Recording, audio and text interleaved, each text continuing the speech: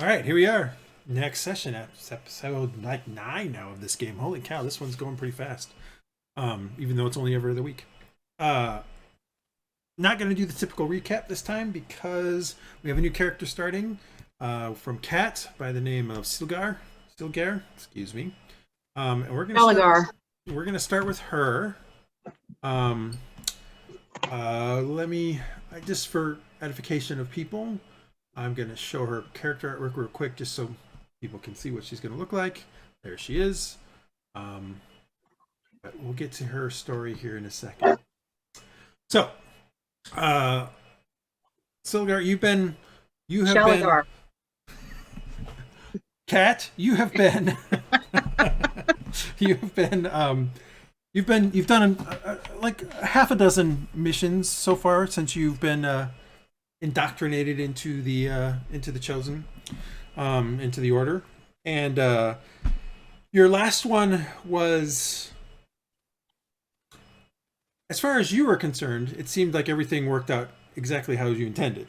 You had tracked down the what they had claimed was going to be a sorcerer, and you had tracked him down to a small town on the eastern coast of Kelvin.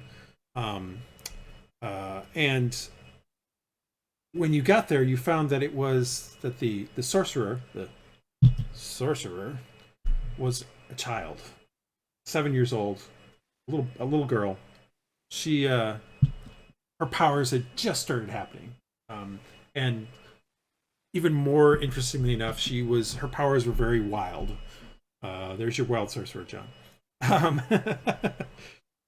Um, but something in you, I don't know, came back from your past, from your childhood, and you just couldn't quite do it, so to speak. So you worked with her mother and found a way to make them disappear while also providing evidence to the high priest of the order.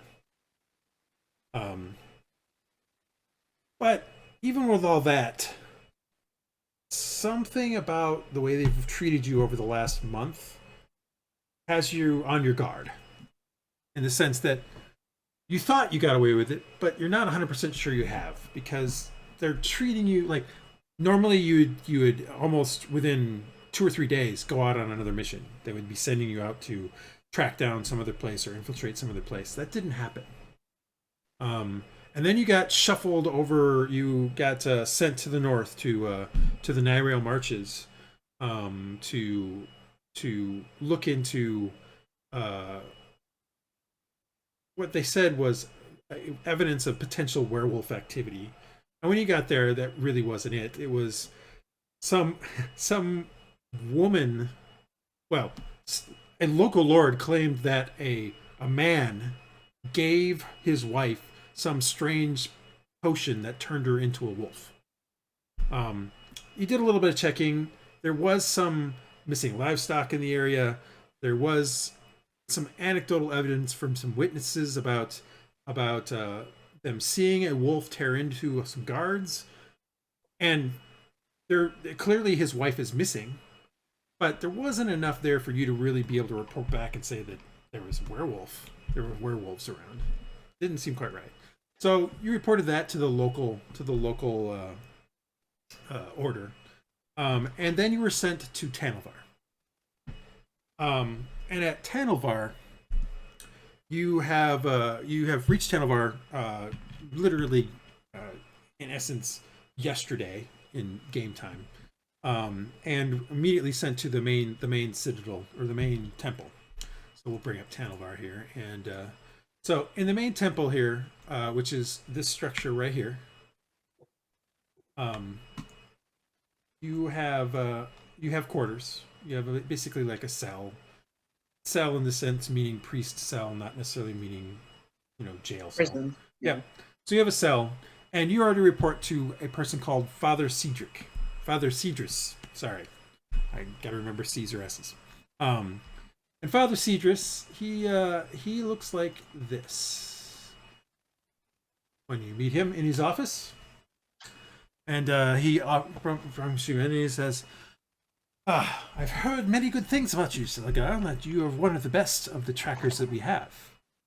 I have an interesting... I have requested someone to look into some local matters. I wasn't expecting someone of your unique talents. Call me Shelley.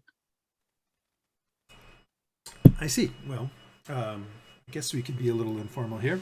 You'll probably be working here for quite a while. Your immediate superiors have felt that you need a short break from some of your more, how shall I say it, lethal activities.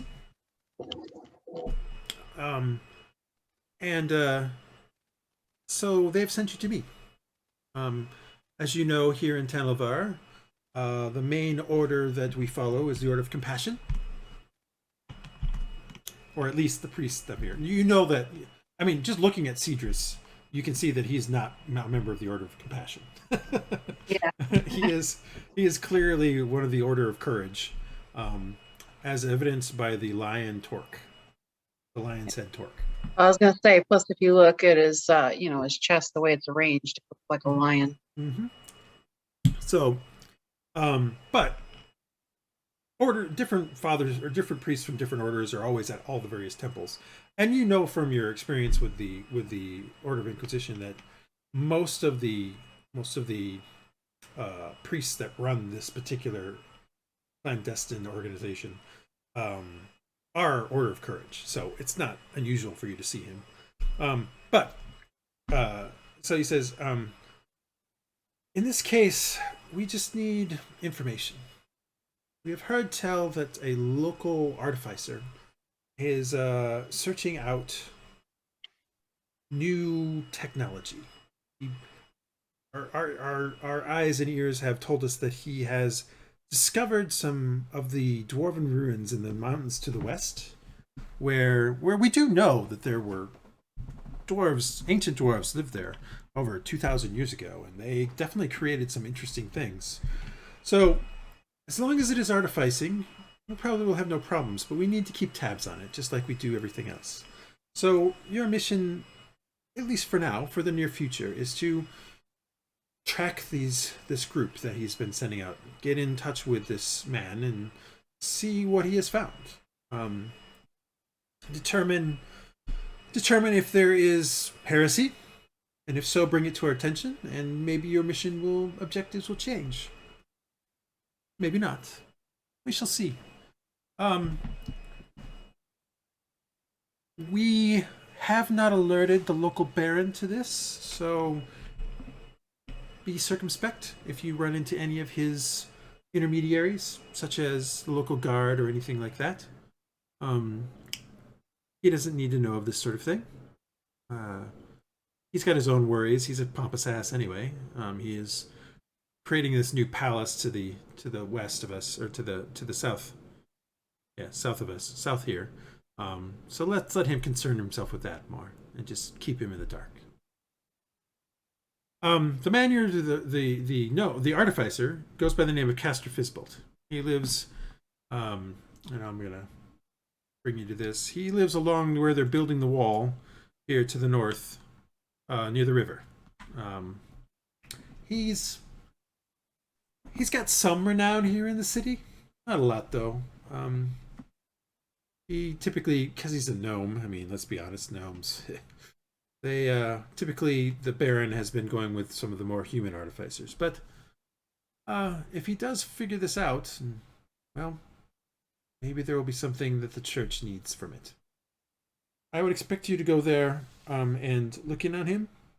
I already have 2 of my men watching the place, Draskar and Philip.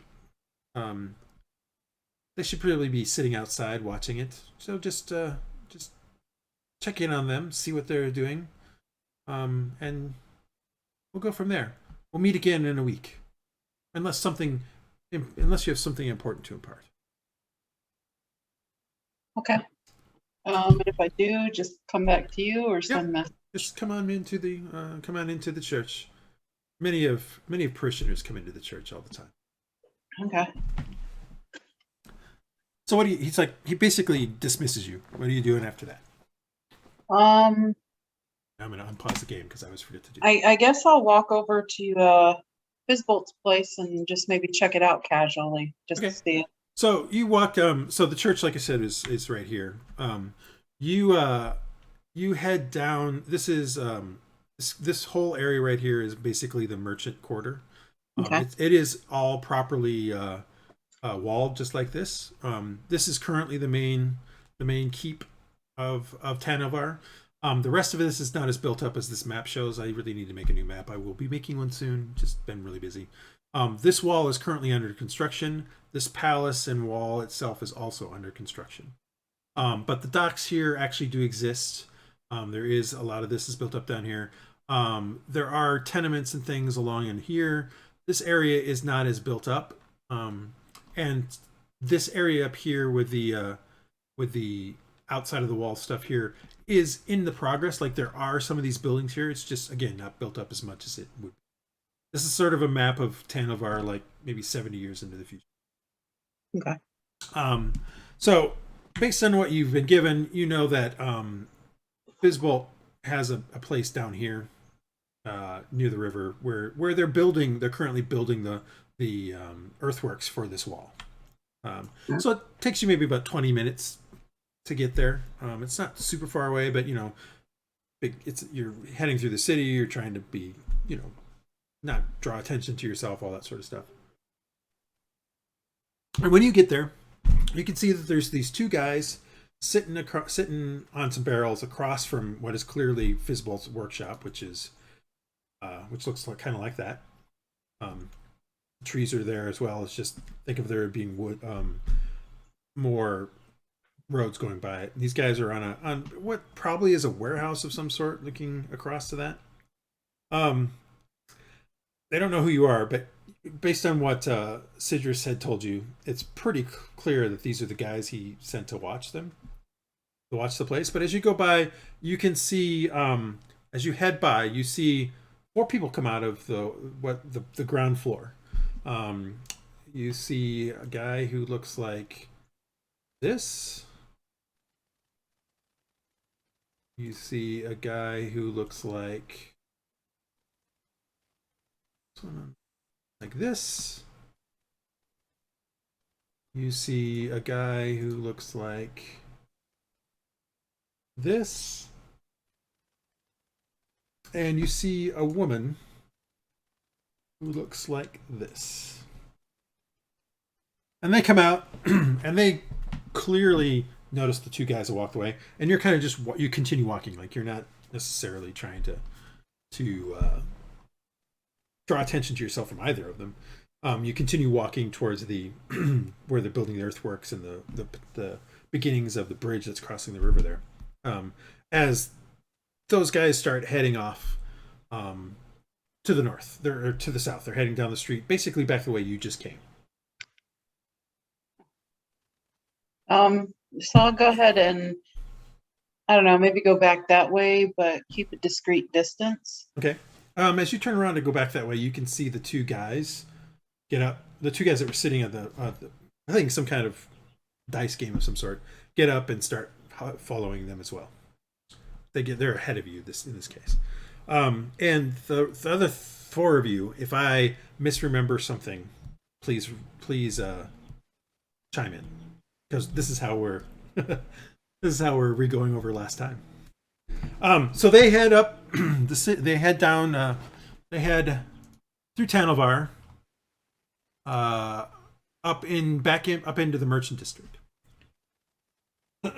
And guys, I don't remember why you were going to the merchant district. Oh, well, no, I remember. You went to the job board. Right. Yeah. You guys went up to the job board of the merchant district, and so every now and then you're like maybe 200 feet back, Shelly.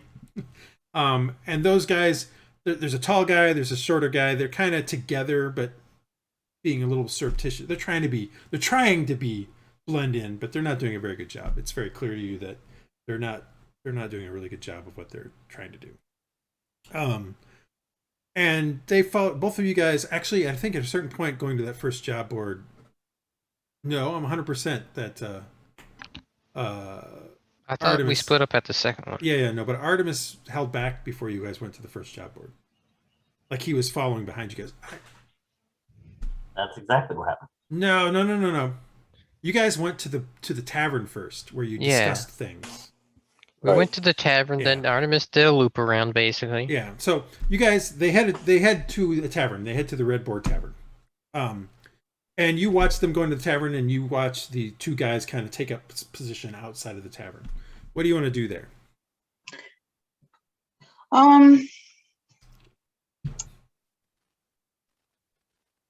I think I'll go in and grab me a drink in a corner of the room. Okay. So you head on in, and they're having a discussion, drinking, and I believe they were talking with the barkeep every so often. You head on in, you kind of get around to the back. They kind of notice you, maybe nod at you. They didn't have you come in since I didn't know you were going to do that, so clearly. But they keep on chatting about something amongst themselves before eventually they seem to come to some decision, and three of them head out. The guy with the staff and the kind of monk-like looking thing, so this guy holds up for a bit, just sits there for a bit before heading out a little bit after them, maybe 10 minutes after them. What are you doing now? I'll go outside and see if the two guys are there still. So when you head out, you can see the monk-looking guy, actually, he doesn't look like a monk. He looks like a priest. He actually looks like he's wearing garb of priest of Seer. More subdued colors and tones, but definitely kind of similar. But you see him head off to the north, and then go around a corner. You don't see the two guys. All right, I'll go ahead and just discreetly see where he's going. All right. So you head up to the thing, and you see him come down the alley and then back onto the main thoroughfare where they came through before.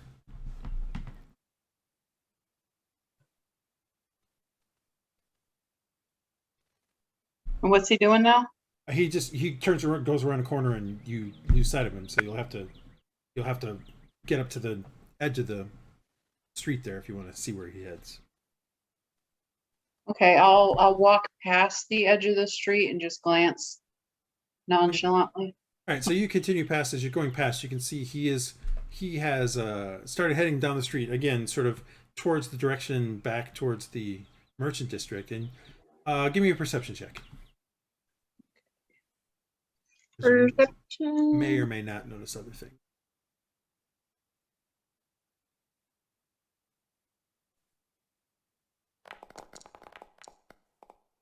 That's not a good start. Yeah, you just see him and that's it. and actually it takes you a moment just to see him. So All right, could I like anticipate where he might be heading and go around and come catch him from another way? Or do I have to actually go the way he's going? You don't have to go the way he's going. I mean, you can try to do an insight check. Yeah, give me an insight check. Not necessarily your best roll, but you might get lucky. No, you didn't get lucky. Yeah, you're not sure if you don't have a good idea. You're still new enough to the city that you're not 100% sure. Like you could go a few ways from there. It seems likely that he's probably headed to the merchant district. And because I mean, as you can see here on this map, there's this kind of cliffside here. So yeah, I was just wondering if there was any way I could just like run around the corner and come out where he'd be coming out of the alley. No, not really, not easily. Okay. So yeah, it's up to you. If you want to follow him, you can follow him. Yeah, I guess that's what I'll do. I'm curious to see where he's going. Give me a stealth roll with advantage because they have no idea that you're potentially back there, but they are on alert for the other guys. So Jeez. All right. Well, a 12 is a 12.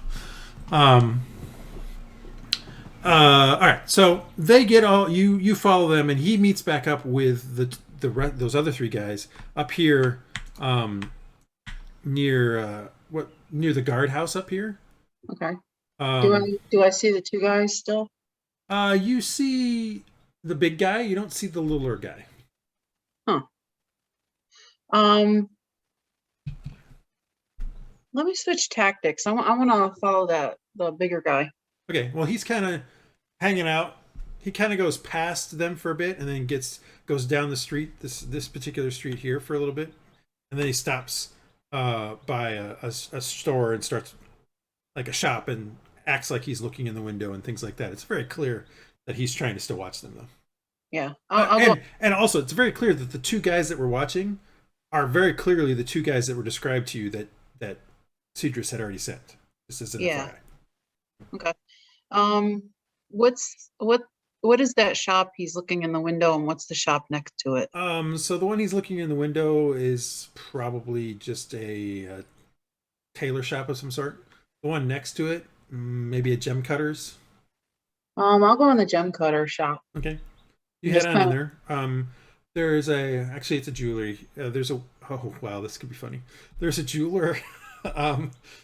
There's a jeweler.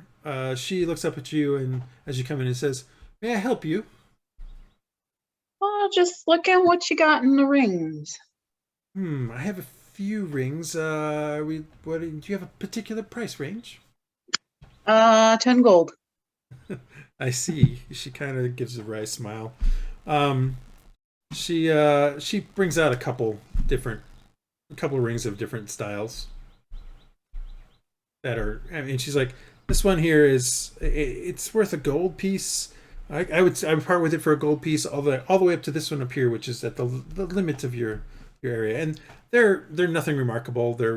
Most of them are probably silver or bronze rings with some not very precious stones in them. Some semi-precious stuff, yeah. Silver and something in either a green or a purple. Yeah, you can find maybe even blue. You can find probably something of that nature for. She's like, here you go. This is she provides you with a ring. It's a very simple round setting with a violet stone, a pale violet stone in silver. And this one matches your eyes, is what she says. And you try it on. It looks nice. She's like, that one is 3 gold. Can I talk you down to 2? Well.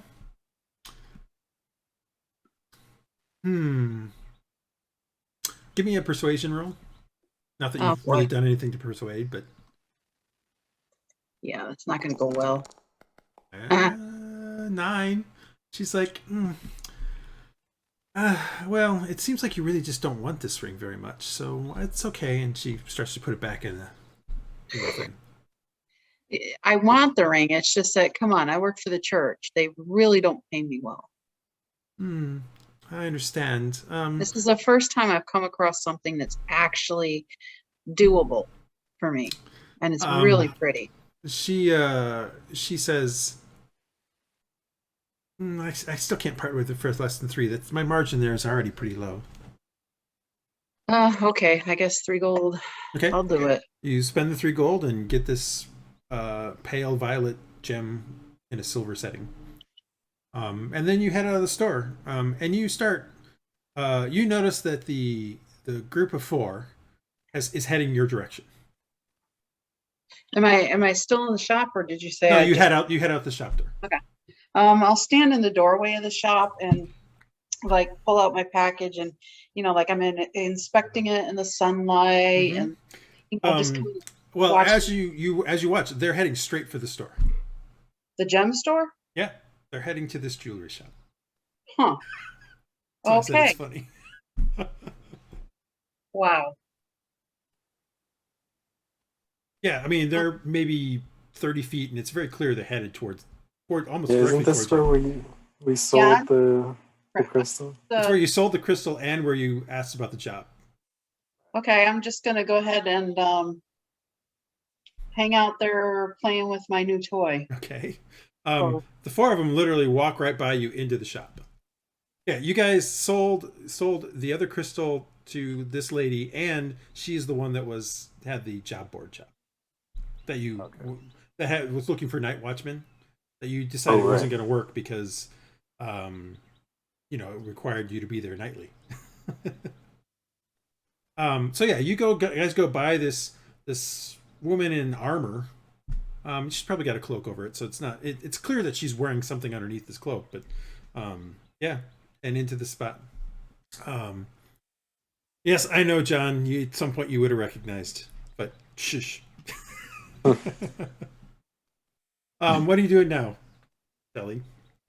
I'll step back in and see if I can investigate, quote unquote, some necklaces. Okay, you step back in. Actually, as you're right before you do that, you see the big guy walk past the store and over to the other side and take a seat at a table. Looks to be sort of like a bread shop or something like that with an outdoor table. And the little guy joins him. Huh. All right, so you head back into the shop and you hear them talking about one of the woman mentions that they have some kind of crystal that they want to sell. And the woman looks it over and did you sell it to her or did you sell it to the alchemist next door? But didn't we sold the dust to one of them? Yeah, the broken big one. I think no, you haven't sold the broken big one to anybody yet. Oh no, it's still the same day that the alchemist is closed because he was not available. So so you talked to her to sell this other one, and she gave you $350 for it. So you see them sell some kind of crystal to her, and then they bring up the subject about her needing a night watchman.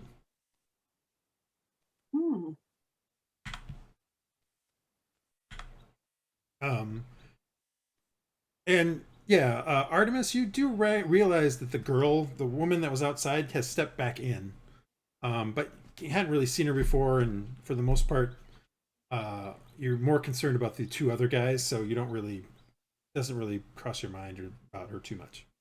That's fine. Yeah. I'm just letting you know because you would have noticed her given that stealth roll that she got. So even with advantage, at some point you would have knocked noticed over a whole shelf of things. So, after a bit, and you hear them talk with the woman. I believe her name was Sadie or something like that. Actually, I have her name somewhere in here. It was Zalara. It was at Zalara's Jewels, but her name is Opal. They decide that the job is just not going to be the right one for them, and they leave the shop. And Opal looks up at you again and says, was there anything else you needed?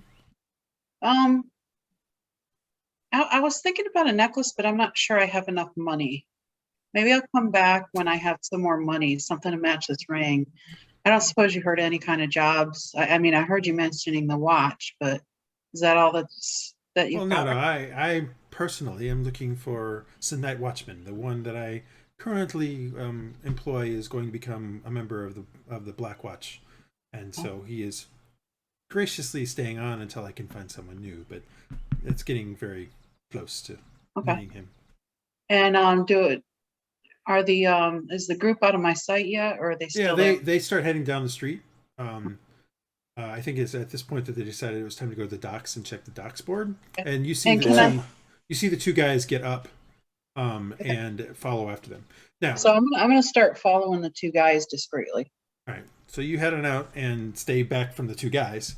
So everybody continues to move on down the street until they get to this part right here.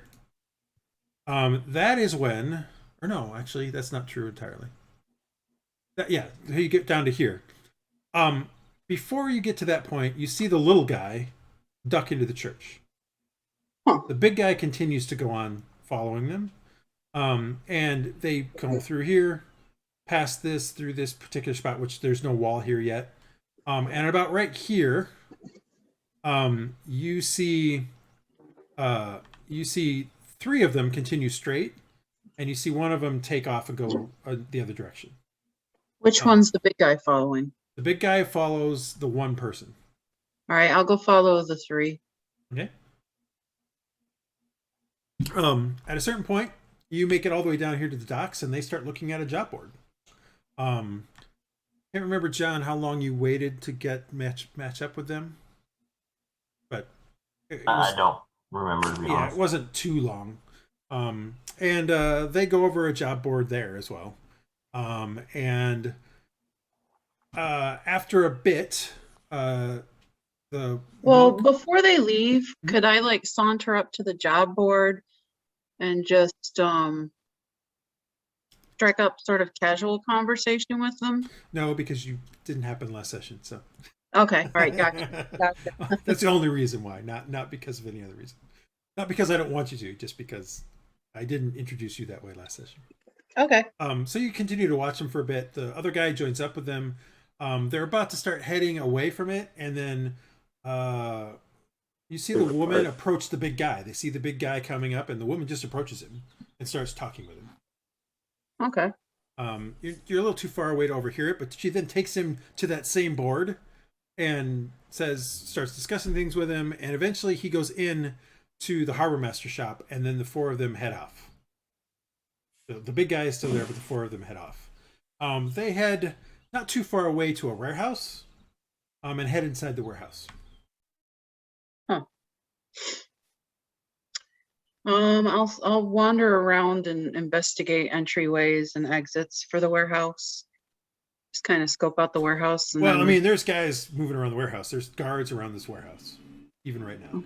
So for you to do that would rouse suspicion of the guards. Oh, okay. So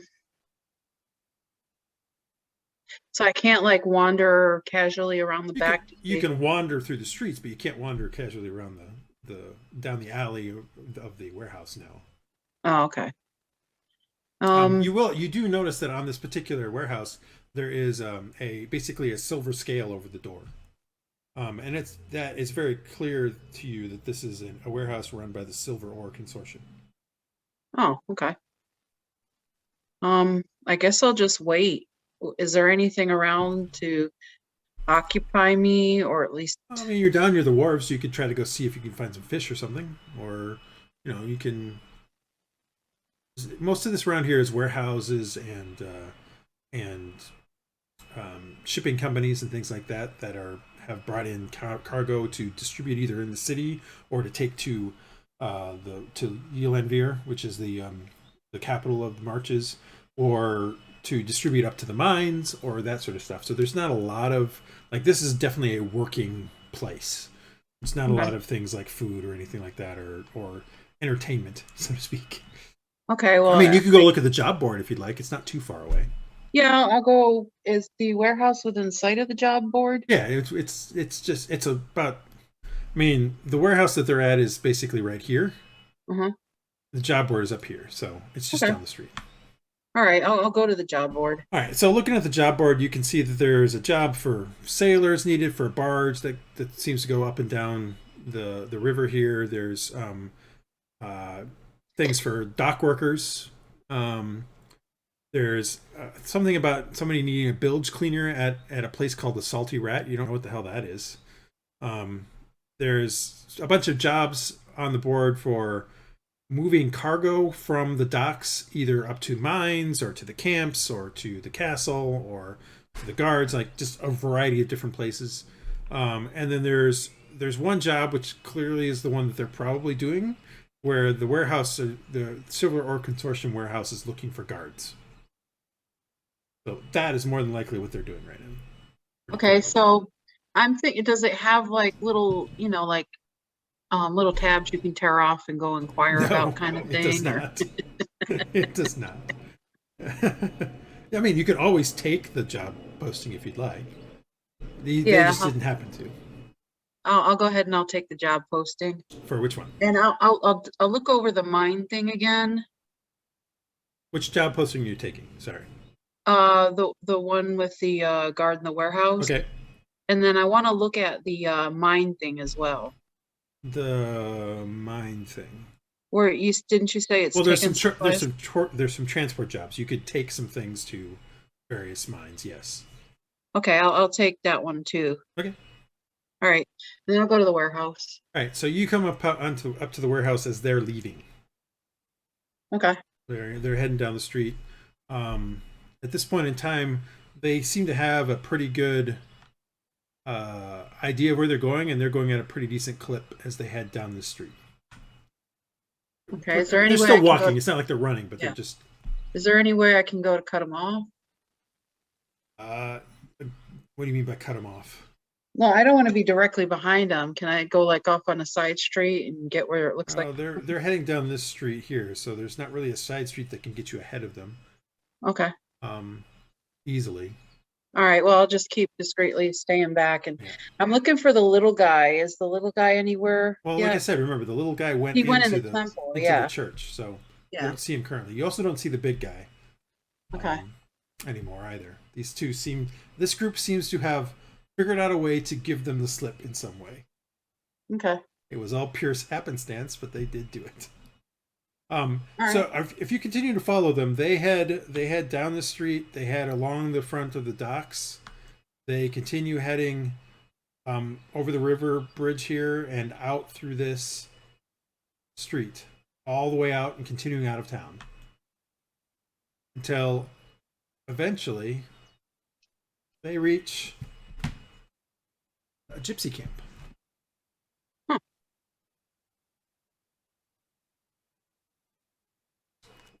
What are you doing when they kind of go into this gypsy camp? And no, there isn't really a spell going on in the fire. I had found an image and this was the best one. So I don't want them to notice me. Well, if you don't want them to notice you, give me another stealth roll.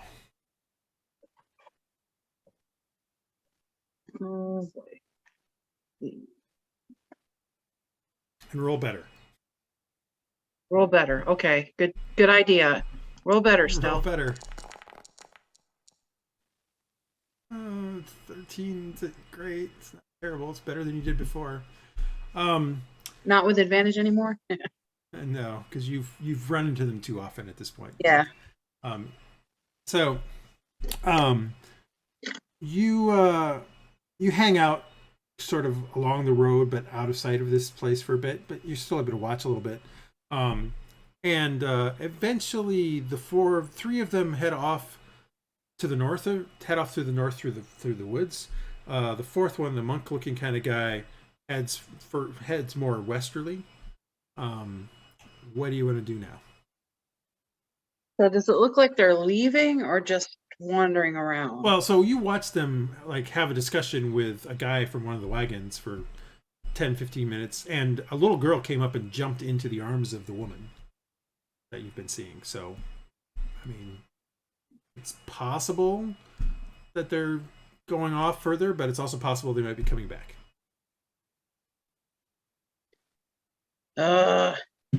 It's hard to tell, but they at least know people here. At least the woman does. Okay, did they pack up their gear when they left? Well, for the most part, they're. I would say. Someone's going to say something. I would say the answer is. Would Silva have dropped her pack before going off onto the clearing? Brian? What's up? Would Silva have dropped her pack before going off into the clearing to test the stuff? I would say yes. Okay, so the woman did drop her pack near one of the wagons before they headed off. Okay, then I'll just kind of hang out here for a little while then. Okay. All right. So you hang out there for maybe the better part of 20 minutes when you feel a tap on your shoulder. Oh, okay. Hello. Turning around, you see a guy standing there, kind of arm crossed, kind of tapping his foot a little bit, and says, "Ma'am, is there any reason why you're watching our camp?" I don't know anybody there, and I don't know if they like strangers, and That you know, seems I'm a bit just odd. If you don't know anybody there, then why would you stop and watch our camp? because it's on the way. I'm just trying to. I'm looking for some jobs and work, and Well, we don't have any jobs. In fact, we ourselves are looking for jobs, but it seems a little odd for you. Also give me a deception roll. Well, I definitely don't. I'm not trying to lie. I'm just stating the truth without too much. And it's a deception roll.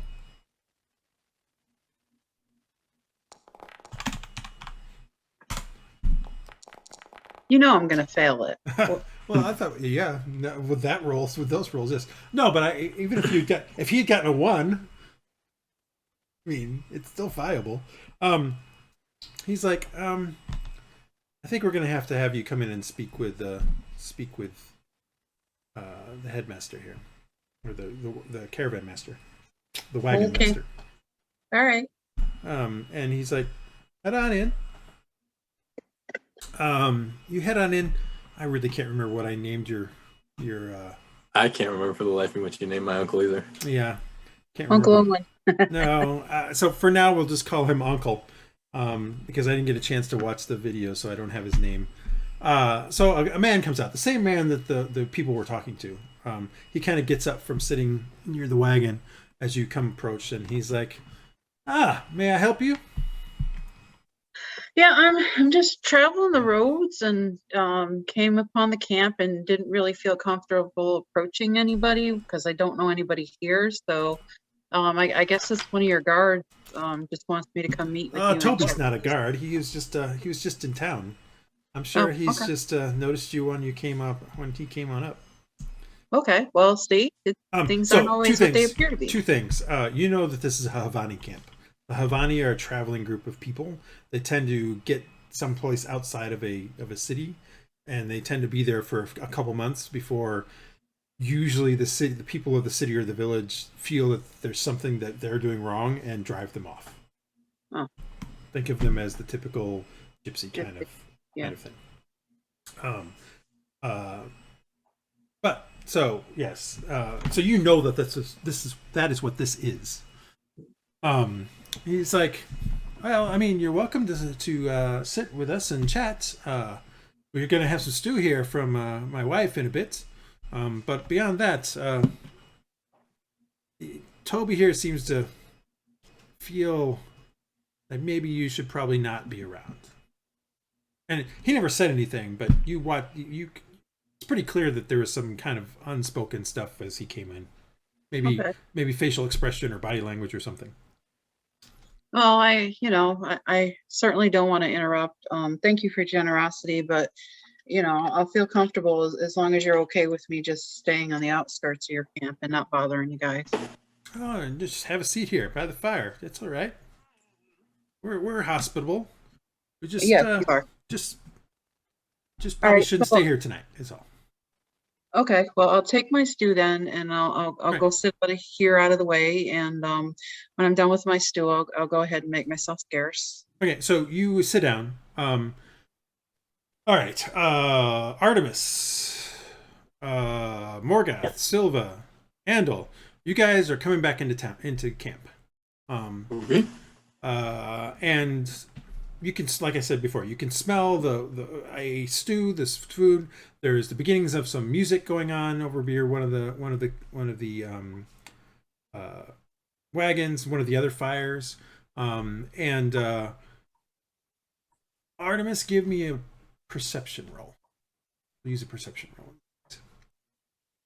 Okay. Hang on, I gotta find Artemis again. Artemis, please provide a perception roll. As you're kind of walking up towards not two of them, but the first one's fine. As you're kind of walking up towards with the rest of them up towards the camp or towards the wagons and stuff, you're pretty sure that the person who's sitting near one of near the fire, eating something, you've seen her a couple times before. You remember her from the bar, Red Boar Tavern. You remember her from the jewelry store. It seems a bit odd that she's now suddenly here. Yeah, quite a suspicious coincidence. Mm-hmm. I mean, being at the bar and being at the jewelry store, you could probably, whatever. But now being here, this one's definitely out of the way. So, But anyway, you guys come up to the camp. Yeah. There's the Silva's auntie is providing bowls of stew. You kind of go through the line of getting the bowls of stew. Now, what do you guys want to do? So I'll mention to Silva. Silva's the one who was here. It's Brian's relative, this right? is Brian's relative. Yes. Don't mention anything, but that woman has been several places we've been today. Is she a cousin or a relative of yours? I've never seen her before in my life. That is a true statement. Be on guard. And do I notice them talking and looking in my general direction? Give me a perception roll then. Wait, I've been rolling. Your passive perception is not good enough. So, I mean, if you're surreptitiously looking at them, which you could be, I'm okay with that. Really? Oh, what the? Did you like hurt my dice or something? I did nothing to your dice. I'm gonna start asking if I can use real dice in a minute. Because whatever program is randomizing this is not randomizing. Oh, it is. It's just you're not getting some great rolls today. This just means next time you're going to get tons of 20s. So yeah, I mean, every now and then you're looking up and you're looking in their direction. And they're talking to each other. But those job ads. But that's about it. Yeah, I'm gonna pull out those job ads. Okay, start looking through them. Yeah. Yeah, she pulls out a couple of pieces of paper. They look a little familiar, but and then she continues eating her stew. What are you guys doing? Well, I'm gonna get some stew and sit right next to her. Okay, well, you got your stew. Like you went through the line already. Yeah. So you've got Then I'll go sit down and start eating. All right. So yeah, Silva goes and sits down next to Shelly and I'll starts sit eating. Across the fire, so if she comes at me, she'll have to go through a fire to get me. That's fair. That's fair. Good evening, my lady. Hey. So I know you guys. What do Well, I you? mean, I don't know you, but I saw you at the jewelry store. Did you know you had two dudes that looked like they might be following you, some big guy and a little guy? I noticed it when I was on my way to the job boards. Huh. Interesting. Interesting. But it could have just been coincidence. You never know, but that's my impression anyway. Of course, that does beg the question. You're also. What are you doing up here?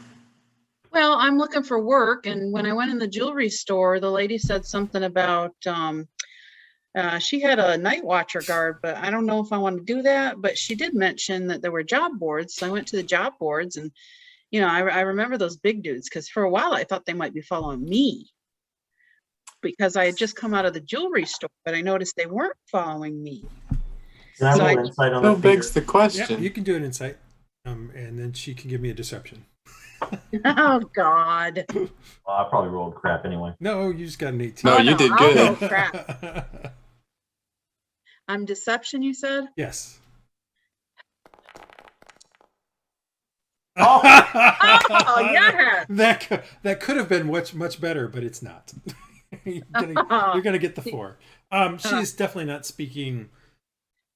I would say the following for you, John. She is, for the most part, speaking truthfully, but she is definitely holding something back. Gotcha. Like there's something that she's not telling you. Well, that still begs the question. What brought you all the way up here? No job boards up here. In this. No, I'm looking Part of about town. it, and I pull out the mining one. I said, well, the warehouse one, I don't know. I got to the warehouse and I was scared of all the people kind of, but there were too many people there, too many guards. I don't feel comfortable talking about why I don't want to be in that environment. But anyway, I saw this mining one and they're looking for things. So I thought I'd wander up this way and see if I can't find the mines. It seems Silva, like you know that the Havani mines- might know. They've been around. Silva, you know the mines are to the west, not to the north. You guys are to the north. But, Well. but go ahead. Oh, I'm sorry. Yeah, I was just letting you know that the mines are to the west. You know that. So I know she's lying. That's why would you can try to do another do an insight insight? check. And then Sure. she could try another deception. Yeah. Well, because like, would Too easy. she have any reason if she was going to the mines to come up this way? Like, this is not the way out of town to the mines. Well, if I didn't know where Hold the mines were. on. Do your insight check. Yes, I'm looking for it. What is it? No, what the hell is it with everybody? Oh, in man. I clicked. No, Good no, thing I you're have fine. people. You're fine. Getting You're fine. crits on the. Yeah, everybody's getting crits on the opposite ones. It seems like she's being truthful. Maybe she just doesn't know where the mines are. Well, Like the mines are. if you didn't ask, you and had no clue, then you might go this way. Well, what The about you mines- guys? What are you doing? But again, Silva, she's definitely holding something back that she's not being 100% truthful. Well, the Well, mines are out west, not up here, not north. Oh. So I'm going the wrong way. Yeah, a little bit. Well, these Andal and guys Morgoth, what say do you that guys they're do? looking for work. I don't suppose you've heard of anything. I'm eating my stew and I'm just listening in. Okay. Yeah. All right. What are you guys doing? Well, I'm just a traveler who came in search of work, and there are several things here. I just met these guys today. Uncle comes up and says, "Well, it sounds like you two have a lot in common then. If you are looking for work Apparently. and she is looking for work." And honestly, I feel better in a group because it's very uncomfortable traveling alone. I try to make myself scarce as much as possible. I certainly don't want to be noticed, but You're not very good at it. there's safety in, yeah, exactly. I mean, come on, guys. There's safety in numbers. I mean, do you mind if I tag along? So, what is she wielding? Extra pair of hands. She has what looks to be like maybe a hand axe at her belt. What was your perception previously? 14. My perception? Yeah, it was the 14 before.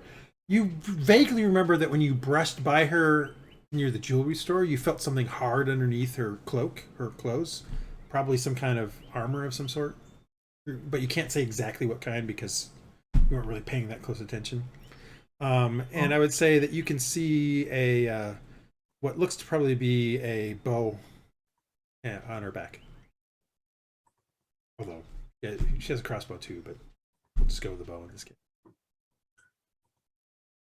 Well, there is what you say is true. There is safety in numbers, and real quick, John, you think if you had to make a guess at this point in time, maybe a woodsman is what you would guess. okay. So, where are you from originally? Televar, is that where I'm from?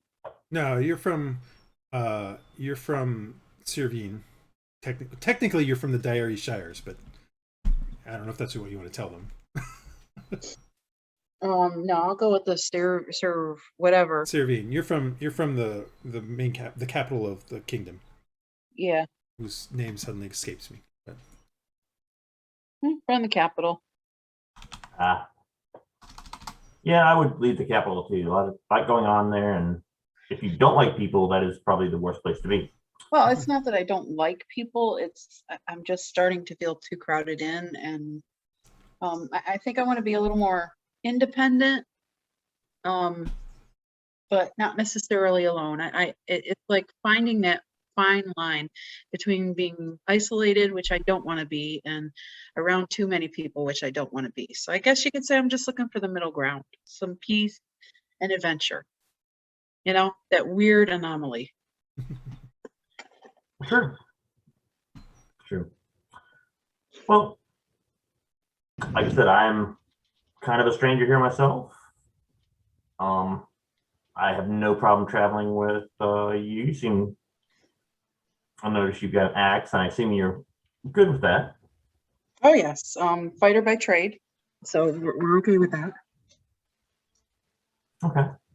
Well, I'm humble monk, and so the powers that be may have brought us together. And you know, I know trust is going to be a thing, so I'll get it out there now. There are some things I'm not going to tell you. We all have our secrets, and but know that I truly do wish to join your group. Based on what I hear, I do want to join your group, and I just want to let you know that, you know, there will be times I'm not 100% honest with you, but I will fight with you. What you hear? I was wondering who might pick that one up. What did you hear about us? In camp, what you guys are telling me, and what your uncles told me. Can I insight that one? Yeah, you can. Yeah. That one's pretty. That was.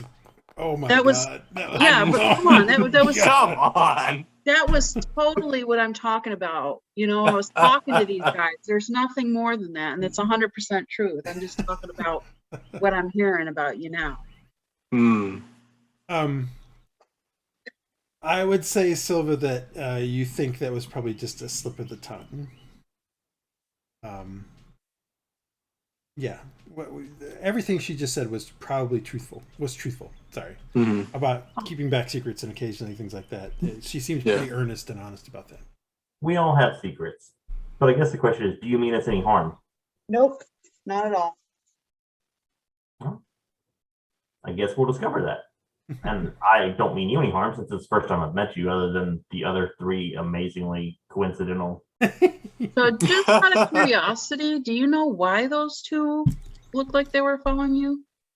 I mean, I noticed when, you know, they're not, I haven't seen them around here tonight. Again, I just met these gentlemen today, so, and lady, apologies. No, it's all right. I have no idea why they'd be following us. We Okay. don't do anything all that special. Well, that's fine. It's just that, like I said, I was coming out of a jewelry store and, okay. Well, all right. Never mind then. It's always good to be careful. Yeah. So Better safe than sorry. I am going to turn in. It was pleasant to meet you. Maybe did you see anything on the job boards? We heard about there's a night watch job, and then there's the escort job, but really that is all we've seen. Is there anything that cried out to you that some adventurers would be interested in? Well, I took these two, and I never did pursue the warehouse one, but this mining thing looks like it might be interesting. What say you?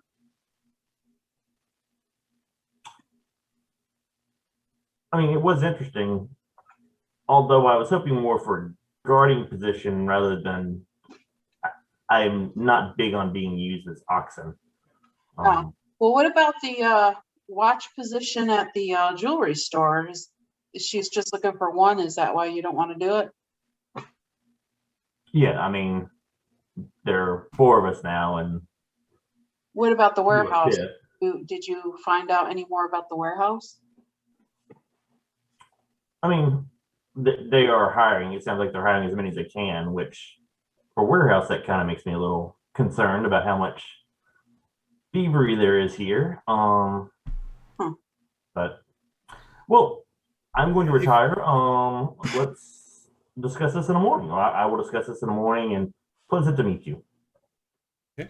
So I'll get up and try to figure out where I'm supposed to sleep, since I have no idea. I mean, it's a relatively decent night. They basically, I mean, Everybody sleeps Silva's outside? uncle basically just points you to basically a spot where you can put down your bedroll. Okay, I'll do that. Yeah, I mean, and they continue to, like, you could hear music. There's some dancing at a certain point with some of the people. I mean, it's a rather jovial, I wouldn't say party atmosphere, but just more of a, these people, when they relax and do stuff together, this is how they entertain themselves, basically, is the feeling you get with some of the stuff that they're doing till, I mean, maybe a few hours past dusk. Anybody else doing anything? I'm gonna head home. All right, so Morgoth, you're gonna head back into Tanalvar. Anybody else doing anything? I'm just pulling out I am also going to head books back and into starting to read. Tanalvar as well. Okay, so Silva starts to do her thing. Morgoth and Andal start heading back to Tanalvar. What are you gonna do, Shelly? So who's left at the camp now? Silva and Artemis.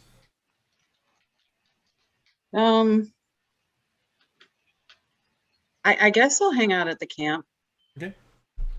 All right. At this point, I just don't know really what to do. No, Except hang out. you would say that again. I said at this point, I don't really know what to do except hang out and. Okay. All right, so you hang out, and Morgoth and Andal, you guys start heading back to Tanovar. You guys come back down the road here. It's dark at this point in time, but for the most part, during the night, as you get closer to the city, it's not terrible. As you come through here, at a certain point, you guys go separate ways because Morgoth's going to his house. Andal, what are you doing? I am going to head over to whatever the crap that thing was called. The salty. I wrote rat. it down. 1 second. Where is it? The salty rat. Yeah, that one. All right, so you head over to the Salty Rat. It's a hole in the wall. It's not even really a hole in the wall. It's a tavern on the docks, and it's literally like right on the waterfront. Like, there's a road that goes past it on the back side of it. You go onto the docks and you enter it from some actual docks. Heading inside, it is definitely sort of a rough and tumble kind of place. As you come in, the noise just kind of hits you. There are tons of sailors and dock workers in here, carousing and I mean, this place, if there was a fire code, it's well beyond it. So that though, if there's anything like this, you're supposed to meet back in the corner. There's sort of a couple of corner rooms that will be normally rented out, like rooms in the sense of like booths. So there's no door on them. They have like curtains on them. But as you come in, you see this guy, and you know that he's your contact. You know his name is Uriel.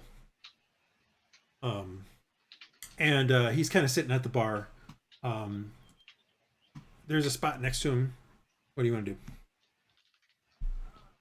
I'm gonna just head right over to him. All right, so you Thanks. step up to the bar next to him. Thanks. The bartender, kind of a weaselly looking guy, greasy, kind of looks at you and says, "Hey, what do you have?" You know his name is he just goes by the name Dart. That's all he goes by. What do you have? Just nail for me, Dart. All right, good to see you. He pulls out and pulls an ale off of a spigot and hands it over to you. You know for a fact, having been here multiple times before, that ale out of the spigot, pretty much water with a little bit of ale in it. Hey, we'll take what we can get here. It's like cup of copper, or do you want to have a tap? I think I'll take a tab for now. All right. Might have another couple. Mm-hmm. Along The guy next to you, Uriel, says, "Oh, you seem to know your way around here. You wouldn't perchance know of a place where you could find, how do they say it? Well, I'll just call it the Lady Favors, do you?" Do I know of this No, place? well, he's talking about a brothel, but at the same Yeah. time, this is also the typical sign countersign thing. So you could just say you provide the countersign, and that's fine. I provide the countersign then, because I'm guessing it's supposed to be thieves' cant of some kind. Yeah, it's basically thieves' cant.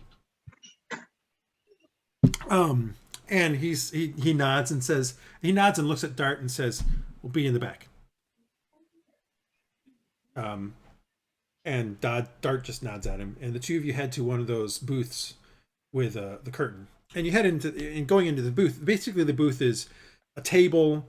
On either side, you could probably fit 3 people. There's a set of candles that are or an oil lamp kind of thing that's sitting up there that illuminates this smaller area, and you can close the thing.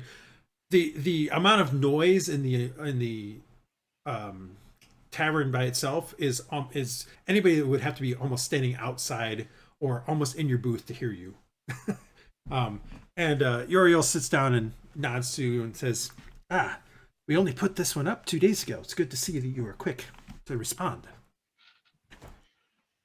I happen to be looking around with a couple of friends. So I was like, oh, So, let's begin. Yeah.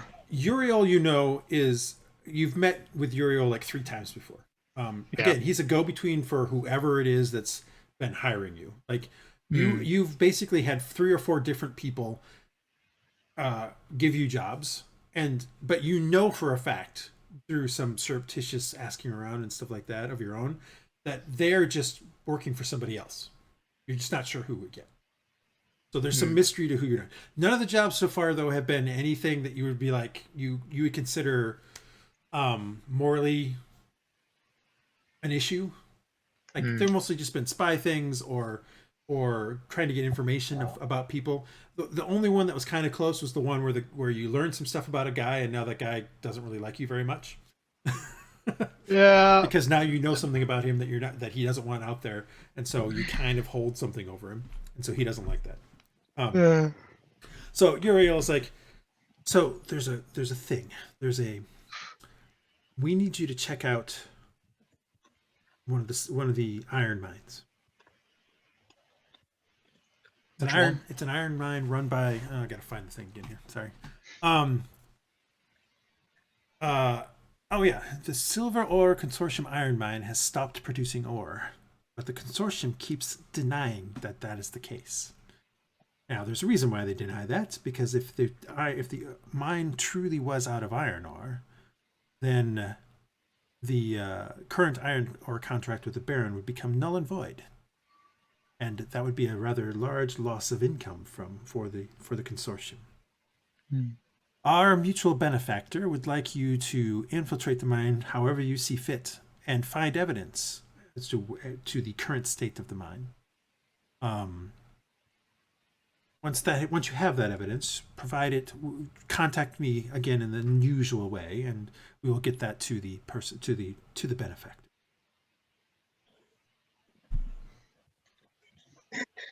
You've been chosen specifically for this one because of your inn at the consortium. He literally says that. My inn. Yeah, you know your brother works for the consortium. That's true. I do know that. The time is somewhat of the essence on this one because, I mean, the way these ore contracts work is they are paid in advance. It's the way that the consortium was able to get these set up. So if the contract can be cut now, then the losses can be cut.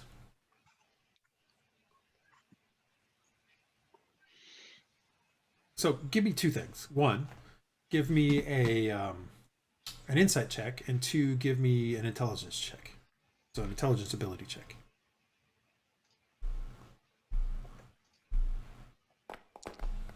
Which one's that? Insight? It's insight.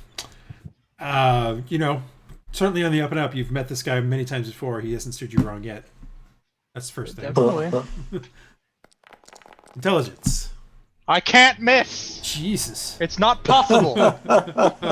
Intelligence checks. So here's the reason for the intelligence check. You've never been asked to do something that specifically relates to the Baron and his interests. And the fact that you're trying to find evidence that he literally just said would potentially go towards getting the contract nulled and void. That seems like maybe whoever is on the other side of this is potentially indebted to or working with the barony.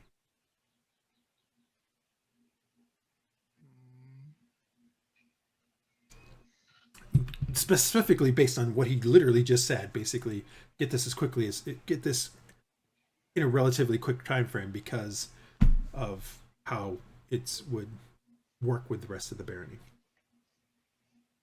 Now, at the same time, from the same intelligence check, it's also possible that this could be that somebody is trying to wipe out the consortium as well, trying to do something that would make the consortium lose money and reduce their standing. That's also a possibility. Those are the 2 things that kind of come from this particular thing. But it definitely seems like this guy, Uriel, sort of implied that in some way that he knows more about the Baron's contracts than he probably should. What are you doing?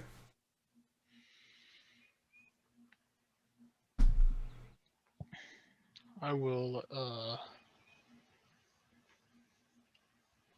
attempt to get into some area of the consortium within probably the next week. I don't think I'll have. It seems a little too. It seems a little too late. We'll double the pay this time if you get it in the next 2 days. We'll get it done tomorrow then. Remember, this is on your. You do not let anyone know that this is you're working with us. Find out the information we need. We'll be in touch. And then he leaves the booth. He actually, before leaving the booth, he does set down 5 gold coins and then leaves the booth, I should say. Double your normal fee would be 100 gold. So it's not like he's just, it's like he's giving you a small advance on it. Which is also unusual. Normally that doesn't happen. Seems they really want to know this information very quickly. What are you doing now? You're the only one sitting in this booth. You're still drinking your watered down ale. It's pretty terrible. I'll drain the rest of the ale. It's probably not that hard to do. It's basically water. It's basically water. Bud Light. And I'll head back by the bar, give the tankard back to Dart, and pay for the ale and leave. All right. So you head off the docks and head to your tenement. Yeah. All right. It is the next day. Everybody can do a long rest. Silva and Shelly and Artemis, what are you guys doing? You guys probably wake up first, being camping out over under the stars. Well, I'll get up and do my normal morning routine. Okay. Start your infusions. Exactly. All the medications and all that. Artemis, Shelly, what are you guys doing? I'm gonna get up and, of course, get breakfast and kind of try to learn a little bit. Talk to do they have like a medicine woman or the equivalent here? Not in this camp per se. Okay. At least not that you're able to discern. Oh. I mean, I'll even with examine all of the talking you did with some of the people last night, you're still somewhat of an outsider to them. So a lot of what they talked about was very surface level to you. It was very clear. All right. Well, I'll let them know I'm going to town. Is there anything I can purchase for them that would make pay for my lodging and Uncle, I really need to remember his name, says, no, you're a friend of Silva's. It's perfectly fine. Yeah, no, we don't need anything from you. I am good with herbs and know a little about potions, and of course I can pray for those who speak with gods for anyone who needs them. So thank you again for your hospitality. The dog barks at you. Anybody else doing anything? So you're gonna head back into town. What about the other two? Yeah, I'll probably tag along with them. Okay, I'm assuming that means Shelly will too, because they certainly don't want her to stay there. Yeah. After she was watching their camp for a better part of an hour. Yeah. All right, so you guys head back towards town. It doesn't take you long to get back into town. We'll get about 20 minutes. I'm starting to show things like this, so get more interesting things instead of just a map while we're playing. Heading into town, what are you guys going to do there? Morgoth and Andal, what are you guys doing too? I'm gonna go try and find everybody else. You don't necessarily have a spot where you're going to meet. No one's mentioned that. Unless you guys specifically say you've got a spot where you want to meet. But I don't think we have a spot. I will wake up and head over to the entrance of the city that's closest to where that camp is. Basically, the one we went out Yeah. Okay. the first time, All right. because I think that'll be the most likely place they'll come back. All right. So you're. Yeah, I'll do that too. You I guys guess. are. So you guys, Morgoth and Andal, kind of get to the bridge over the river here, and out into the sort of outer kind of village out here. About the time that the other three kind of get to that village, so you're able to all kind of meet up at that particular spot. So you're all together again. Cool. What are you guys doing? Good morning. Good Did we morning. want to check out the mines for the job, or Sounds like, forgotten? yeah. Remember, you Well, guys let's don't know go. what Andal has talked about. Yeah, I know, but like I remember we had looked at a job for So the you guys mines had looked prior. at a job about being guards at the warehouse for the Silva Consortium, and they Oh, looked at Artemis and were like, "Yeah, right." But they had mentioned that, and you, Silva, as well. But Morgoth, they were like, "Sure, we'll hire you right now if you really want to." And Andal, they would have hired right away. But then you guys decided, well, nah, we will talk about it and then come back if we decide to do it. That's basically where you left it. Oh, okay. So what do you guys want to do? You're together again. You can start discussing things. Well,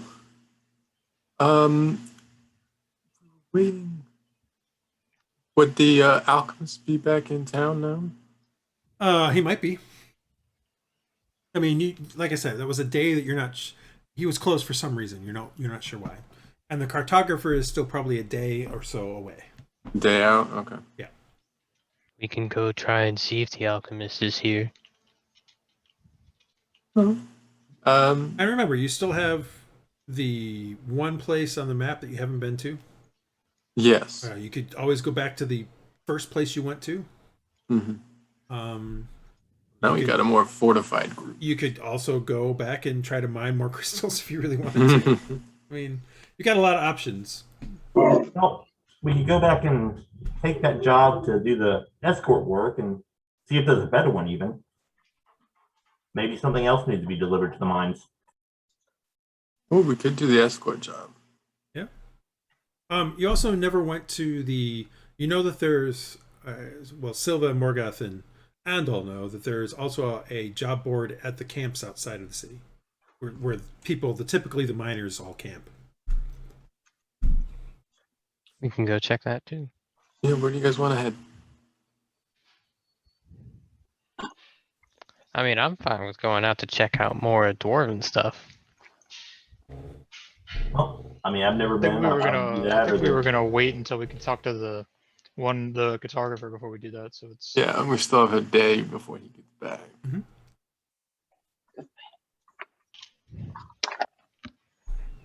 So, Uh, so let's go see what's on the job for. Let's go talk to the guy escort work and see if yeah, that's fine. you're talking about the job board at the camp. Is that near the mine, or is that just where they live? Well, it's out. That's where they live. They live outside of town. So if you looked at the Tanavar map here, the camp is basically up in this area. But the mines continue to get to the mines is even further that way. Like the three who have been adventuring so far have went by on the outskirts of these camps every time they've went to the west. Okay. But you have not been to the camps yet. Well, we are can go the check camps out on the the way camp. to the mine. Like we could get the job and go through those camps as well, or on the way Oh back. yeah, no, if you were to do some kind of transport stuff up to the mines, you would go through the camps. I mean, that's the direction. Well, why don't we do that? I mean, Yeah, let's do that. Plane and Okay. Do it. I'm fine with that. All right. so let's go back and meet the gentleman who needs something transported to mine. Hopefully, it's better than us being oxen. Well, Yeah. it is pretty much just that. Remember, you've talked to some of these guys before about it. It's all most of the transport missions, most of the transport jobs are, pull this cart to a particular place. So, No, I'm not above letting everyone else do that. all right. So I'm not doing it. you guys head back to the docks and the area around there. You wish to do a transport cargo, and specifically you're looking for one to transport towards the mines. Yeah. That's what you're looking for. Yeah, I think that's what we're looking for. That's what I'm looking for. Yep. Everyone's cool with that. All right. So So that's good.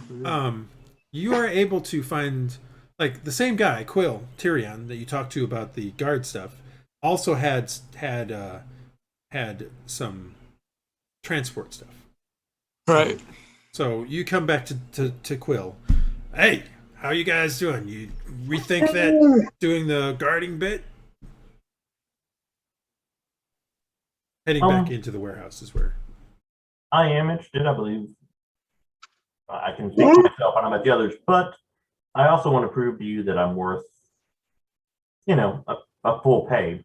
So perhaps I could take a couple things up to the mines for you if there's something needs to be there. I can show you I'm strong enough and we can get it there in a timely fashion. I see. Well, we do have a few of these carts with pickaxes and shovels that need to get up there. I mean, you just got to take the can carts take up. those up. That's all you got to do. It'll pay you We a can silver certainly piece. do that for you. And how much does it pay? I just said it'd pay you a silver piece So each. for each load you take. Yeah. So if each of you take a load, it'll take a silver piece each. Yes, is the gist Okay. you're getting. Well, I like that.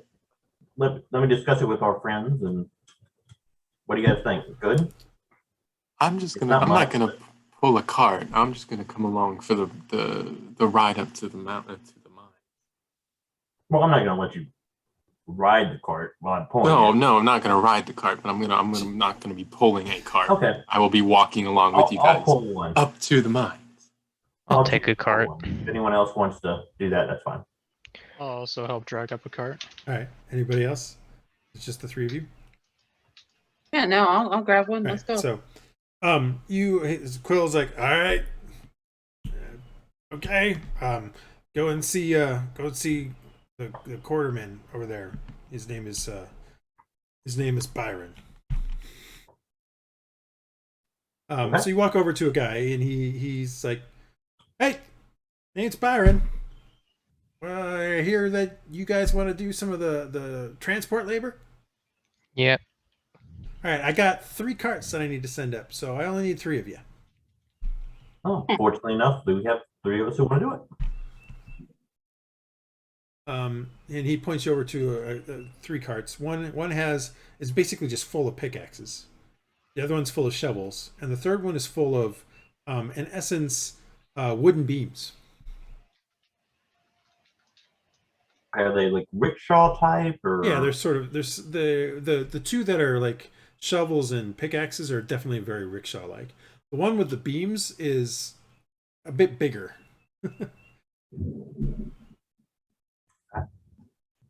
It's like a large rickshaw. Like you're gonna pick up just a little bit and kind of rumble along. Like these beams are about 4 to 6 feet long, so it's sort of a flatbed kind of thing that you kind of pick up and trundle with. All right, so I'll grab the axes. Okay, the lumber. All right, you're gonna get the lumber. Yeah. All right, you guys. Who's taking the last one? Shelly Cat wanted or to. Andal? I'll take it. All right. Jelly. All right. So you guys, Byron's like, all right, here you go. Take these. He's like, you 2 aren't helping anyway. Silva and Andal. I think the plan was we're going to help escort them up there, since there's only 3 to take. All right then. Here, he hands you basically a scroll that's tied and has a little bit of wax on it. It says, "Give these to the overseer up top. Give this to the overseer up top, and then he'll know what to do up there." All right. Yes, sir. And then, And I take and the then scroll and- actually, as you're about to do that, he says, "Oh yeah, I almost forgot. Collateral. I need some collateral." What do we have to leave with him for collateral? How much are they worth, you think?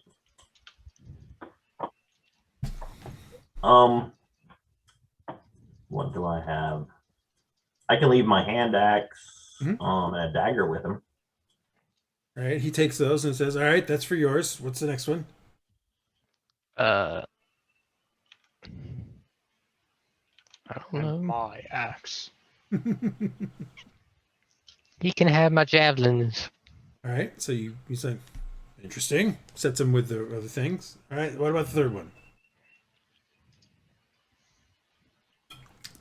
It doesn't have to be Shelly who gives up the stuff. I mean, just somebody needs to give up some collateral so that they're sure that you'll be back. So I think what we've given them is worth more than the 3 loads. It is actually not. Well, I I think feel like highly. it's not even close. So- I will. What do I have? I will leave my bow and arrows. You're gonna leave your bow and arrows. Wow. Okay. All right. He's like, Oh all my right. Expect you back yet today, so hurry it up. And off you go. Morgoth gets moving. All right, off you guys go. You start carrying this, pulling the stuff. You head through town. It takes a bit longer to go through town now that you're pulling some stuff. Luckily, it hasn't rained for a couple days. Remember, it was a couple days ago that it rained, so it's not too muddy or wet through here. It's not great, but it's not impeding you too much. You head on out, head west, head northwest, and maybe it takes you probably about 45 minutes from when you first take the stuff to get along to where the mining camp is. And the mining camp is basically like a slums. It's what once was probably just a camp of some sort, like where they post some tents and stuff up now. Now it's like haphazard put together wooden plank kind of hovels of some sort. Occasionally you might see just burlap or something over top of sort of a frame. I mean, it's a maze going through these things. It's not a great place to live, but it's probably cheap. What are you guys doing? I keep moving. So that's on the way up, right? Yeah, you're still on your way up. I just want to let you know that if you, Yeah, in case okay. you want to do something else. Yeah, I'm gonna go on, keep walking, get this over with. All right. So you guys continue walking. This is now where we give the first of the strength checks. Give me a quick strength check for the 3 people who are pulling the things. First, what check? Strength. Strength. You must show that you are a big boy. No, I mean Strong just- muscular structure. People get tired. Oh, All right, that's the first one. Really? Morgoth only got a 14. I didn't know if Friar Artemis had a -2. Yeah. Shelly and Morgoth, you're able to keep up the thing. Artemis, you get to the camp and you're feeling a bit tired already. I mean, you just need a break. It's not like you can't continue to do it. You just, whew, that was already pretty much. So All right. you stop. It's like you basically just stop for a bit. Why don't you like switch out with Silva or somebody? Actually, it should have been an athletics check, but for most people, that'll just It wouldn't have. Well, it wouldn't help me. It wouldn't have helped you, but it would have helped those two. But they already made it anyway. So,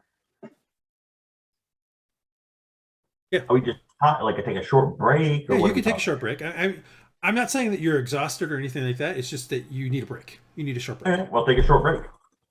Give me just a second. So why don't one of the other guys that's not carrying something, swap out for a minute as people get tired? It's up to you guys. I'm not saying I one way or mean, the it other. seems reasonable, one of us If gets we tired. don't want to stop, then yeah. Yeah, this way we can get along faster. What do you guys think? I'm fine with that.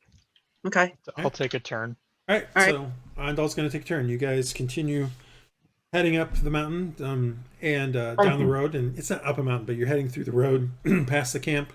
As you're going through now, you're seeing some of the farmers that have are coming in to bring some of their with their wagons and stuff like that, are bringing in some of their wares from the outer villages.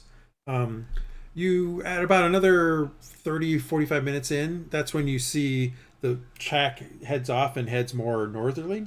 Everybody give me an athletics check that is pulling.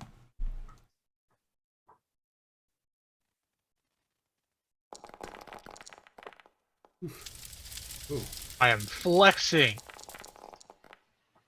As I get a better score than you. Yeah, but I don't have any All right. bonuses. So at this point in time is when Shelly starts to feel tired. I'll take over for Shelly now. All right. So you guys continue on. Got my second wind. Yep. No doubt.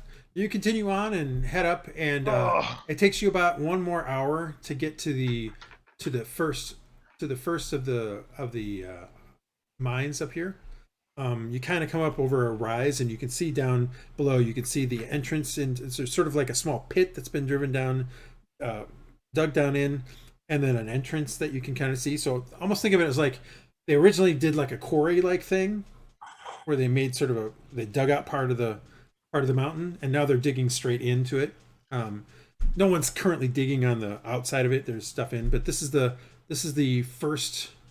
This is the mine, a silver ore consortium mine, and it's the one that they basically told you to go to. Even though I didn't tell you to do that, but it's the one they told you to go to. So it's a little easier going here because you kind of went up over a rise, and now you're coming down into the actual thing, into the mine itself. You get closer to the mine, and there you reach a set of gates. So there's sort of a wooden tower. It's not very well built. It's very roughly made, with a wooden wall that is on the outside of this sort of area. And you get to that point, and a couple of the you can only assume they're mining company guards, stop you. And they're like, hold on. Got stuff for the mine here? Yes, sir. Sir, and then I give him the scroll. You got some papers? Here we go. I'll hand him the scroll. He looks at it. It's unbroken. He breaks it open and opens it up and says, all right, you need to go in. If you look to the left as you're coming in, you'll see a building over there. Take the stuff there. And he hands you back the papers and says, then give this to the quartermaster there. Morgoth does just that. All right? That is where we go. Okay, so you guys head in, and sure enough, as you kind of come in the building, or in the wall, and in fact, you could see this as you were coming down the hill into this thing, there's a few buildings inside this kind of guarded area. But he directs you to the one that's to the left. So you come in, kind of go in there and go to the one on the left. And it looks like it's not a large warehouse, but definitely a warehouse of some sort that they probably are holding ore in before it gets taken out, or supplies in as they get brought in. And you take it up into there, and there's a balding, portly man who's kind of sitting at the entrance of this, and he kind of gets up as you come up, and he says, more supplies from Quill? Yes, sir. All right, here, let me see. He takes the paper and looks it over. He goes over and he starts looking over the thing, and he's like, all right, would you take this lumber here and take it up that ramp over there and put it in with the rest of it? And he takes another one, and he looks over the pickaxes, and he's like, yeah, that looks all right too. You take them on up into there. And then he does things for the shovels. You see him like counting a little bit. He's like, one of those, they're missing 2. We didn't mess with him, sir. Not my problem. You're missing 2. I'm going to mark that down. How many? Did we drop anything on the way up? Count the number You did not drop anything. So count the number of pickaxes we had. You had 20 pickaxes. You have How many 18 shovels do we have? shovels. How many? 18. You didn't drop any. You clearly did not drop any. We didn't drop it. Not So- my problem. My good man. You're the one with the stuff. I just count them out and put it on the thing. Oh, but surely we did not do this. No one needs a need for shovels. And I mean, He basically is take them up under there, and here's your papers. Can I roll persuasion rolls to get him to? Like, every time he took something with the paper, he marks something down. So I mean, you could try. All right. So we didn't take any. We'll know to count them next time. This is our first time dealing with. Well, remember the scrolls also were waxed. So if you had opened the wax, maybe there's something there too. Anyway, but go ahead and do your persuasion. Yeah, that's fine. Yeah, go ahead and do your persuasion. I'm just reminding you that it was tied with, and there was wax on it. So Right. He's like, yeah, sorry, dude. This is sorry, man. My good Briar takes all sorts. I unfortunately, this is my job. I just mark it down. You take it back down there. You haggle with him and argue with him down there. Very well. And he hands you guys back the scrolls after you've put the stuff in the warehouse. And what are you guys doing now? Technically, you should leave, but I'm not saying you have to. Technically, what? Technically, you should leave, but I'm not saying you have to. I'm just saying, what are you Well, doing? I want to examine the camp and take a roundabout way to get there, and So especially when the leaving. camp itself is, you know, like I said, they've quarried out some of the mountain here, or the foothill. It's not really a mountain, but foothills, to make sort of a wider area that they can then bring their ore into. They've then made in essence, a guard wall there. It's mostly made of wood, with a few stones. It's very haphazardly made. So there's a few earthworks here and there. There's wood. Think of like a palisade kind of thing here and there. Occasionally they might have some stone blocks. It's not really well made, but it will do the job basically. There's this warehouse here. There's a couple other buildings over on the side. As you're kind of looking through this, you finally get a waft. There's clearly a latrine over on that one side too, on the farther side. That more than likely, while people are working, when they get a break of any sort, they basically probably, you can actually literally see people doing this right now, bringing shovels and just dumping them into this cesspool. Did I say shovels? I meant pails. Bringing pails and dumping it into the cesspools, kind of thing. So there's probably somebody who literally just goes around down through the mines, gathers up these pails and brings them back up to dispose of them. As you're also doing this, you see a couple carts come out. You can see they're full of rock, but in the rock you can see some glint of what you think is probably silver. So this is probably a silver mine. And as it comes out, you can see a few miners come with it, but there's also 3 guards that come with it. People with crossbows. Their crossbows are out. They're holding them, but they're down. Like it's not like they're trying to force somebody to come out. They're guarding. They're being ready in case something happens. And once that gets to the end of the rail, it kind of locks in place, and then you see a guy literally go through and pat each of the miners down as you're kind of heading out to the gate. Clearly, they're checking to make sure that nobody's popping. Yeah, nobody's stealing. Yeah. And that's kind of all you get. That's the gist that you get before you're kind of ushered back out the gates. The gates themselves currently are open, but there's just guards there that are stopping traffic going in and out. That's basically what's happening. Kind of listen to some of the miners talk or anything kind of. While you're walking through, you can't blessing or you're not really hearing any miners. Most of the people that are up here are the guards or the foremen or the overseers or that sort of stuff. The spot where the miners were that are getting frisked and stuff, that's actually further closer to the mine. You never got quite that far. Okay. I mean, it's something you can visually see. You just can't really hear them. We'd kind of heard there was some trouble out here with beasts. Anything we can help you with? Is that what you said to one of the guards? Yeah. He's like, beasts. I think the worst we've had is, I don't know, a couple weeks back, a few goblins attacked us, but they were no match for us. Well, the rumors, that's what they say about rumors. You never know. Yeah, you never know. Good luck to you, sir. All right. You too. Pretty much all he's on to the next thing as he's trying to usher in. It looks like he's ushering in a cart with a teamster. So probably somebody coming back to pick up, or is your guess? Yeah. Well, as we go back, is there anything? Are we in the woods here? Is that? It's kind of think of this as eastern side of like Colorado, so it's pine, it's some scrub pine and that sort of stuff. It's a little bit drier because you've got the rain shadow, so it's not there are trees and stuff here, but they're not very tall. You're kind of that far up into this area. You're also about, I don't know, 4,000 or 5,000 feet above sea level, so it's also a little bit drier and stuff from that. Okay. So the camp, did we come through the camp? Is that what I heard?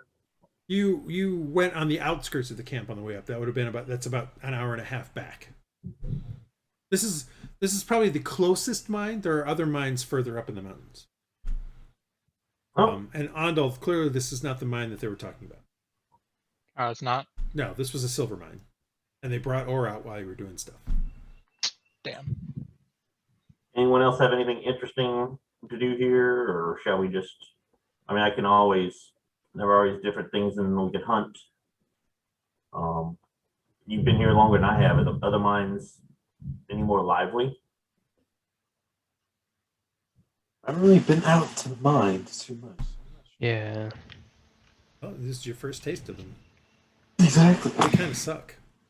Yeah. Little lame though. I mean, you're adventurers. You're definitely not you're not the people they're looking for when they're hiring and things like that. Yeah. Well, we want to go around or just head back?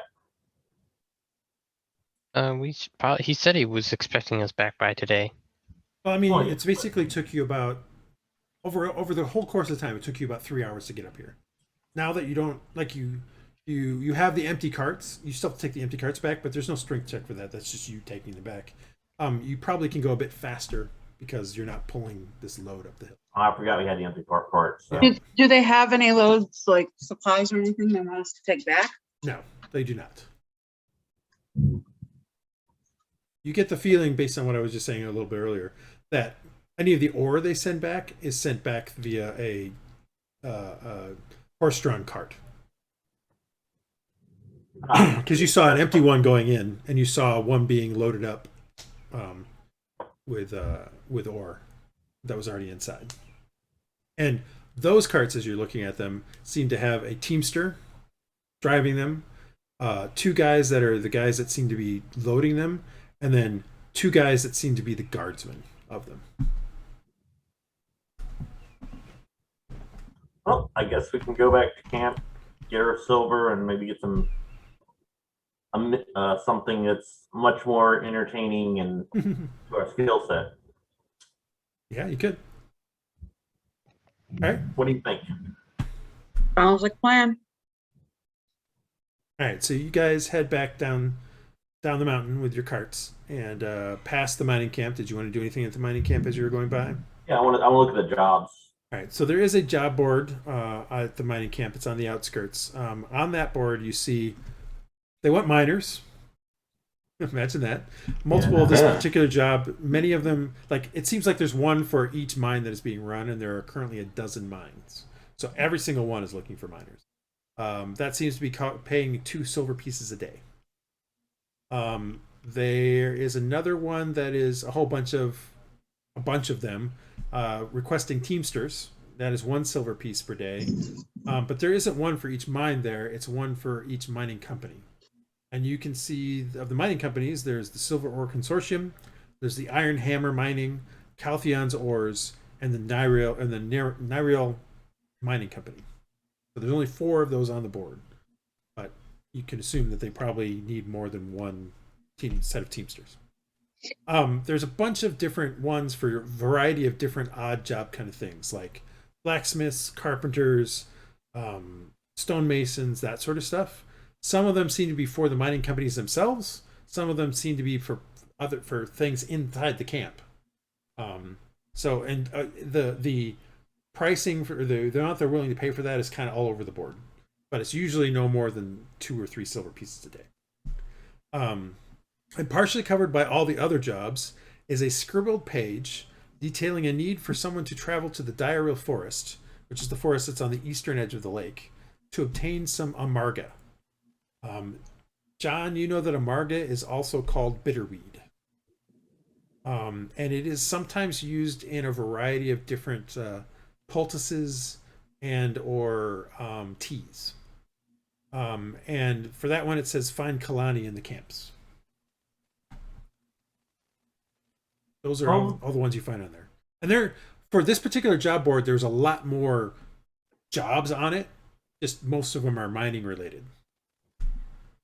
They don't have any hunt this monster down or anything like that. No, there doesn't seem to be any of that in any of the job boards you've seen so far. Okay. But you're also in a city of like 2,000 to 3,000 people, so it seems like this would probably be, the city seems to be a bit more civilized than, say, if you were at one of the villages on the outskirts, for instance. Well, I would like to go talk to Havani and see what this entails, because it's some travel. Maybe there's a little bit more going on, because so far, again, not much happening. Not much happening for this stuff, but No, I know. there are other adventures that some I people are not don't- doing currently. Yeah, my particular character does not know about any of those. Yeah. So, yes. Yeah, so, I mean, do you want to do that now, or do you want to take the things back, get your silver, and come back out here? Well, I mean, I want to go find her and see what the job is. See. Well, finding Kalani may take some time, because that's all it says, is find Kalani in the camps. Okay. Well. So, Yeah, we'll I mean, you take- could try to go find Kalani now, but you're not going to be able to take the cart into the camp. It's the passageways through it are just too narrow. I got you. Well, I thought maybe if someone wants to go with me, or if you guys just want to go back, we can go back now, and we can come back. How long has it been there? Does it seem to be? The camp? No, the handwritten note. Is it weathered or? I don't know. Give me an investigation check. Oh, good. Something else I'm not great at. What do you want from me? You're looking know. at it, trying to figure out how much it's. No, I definitely get it.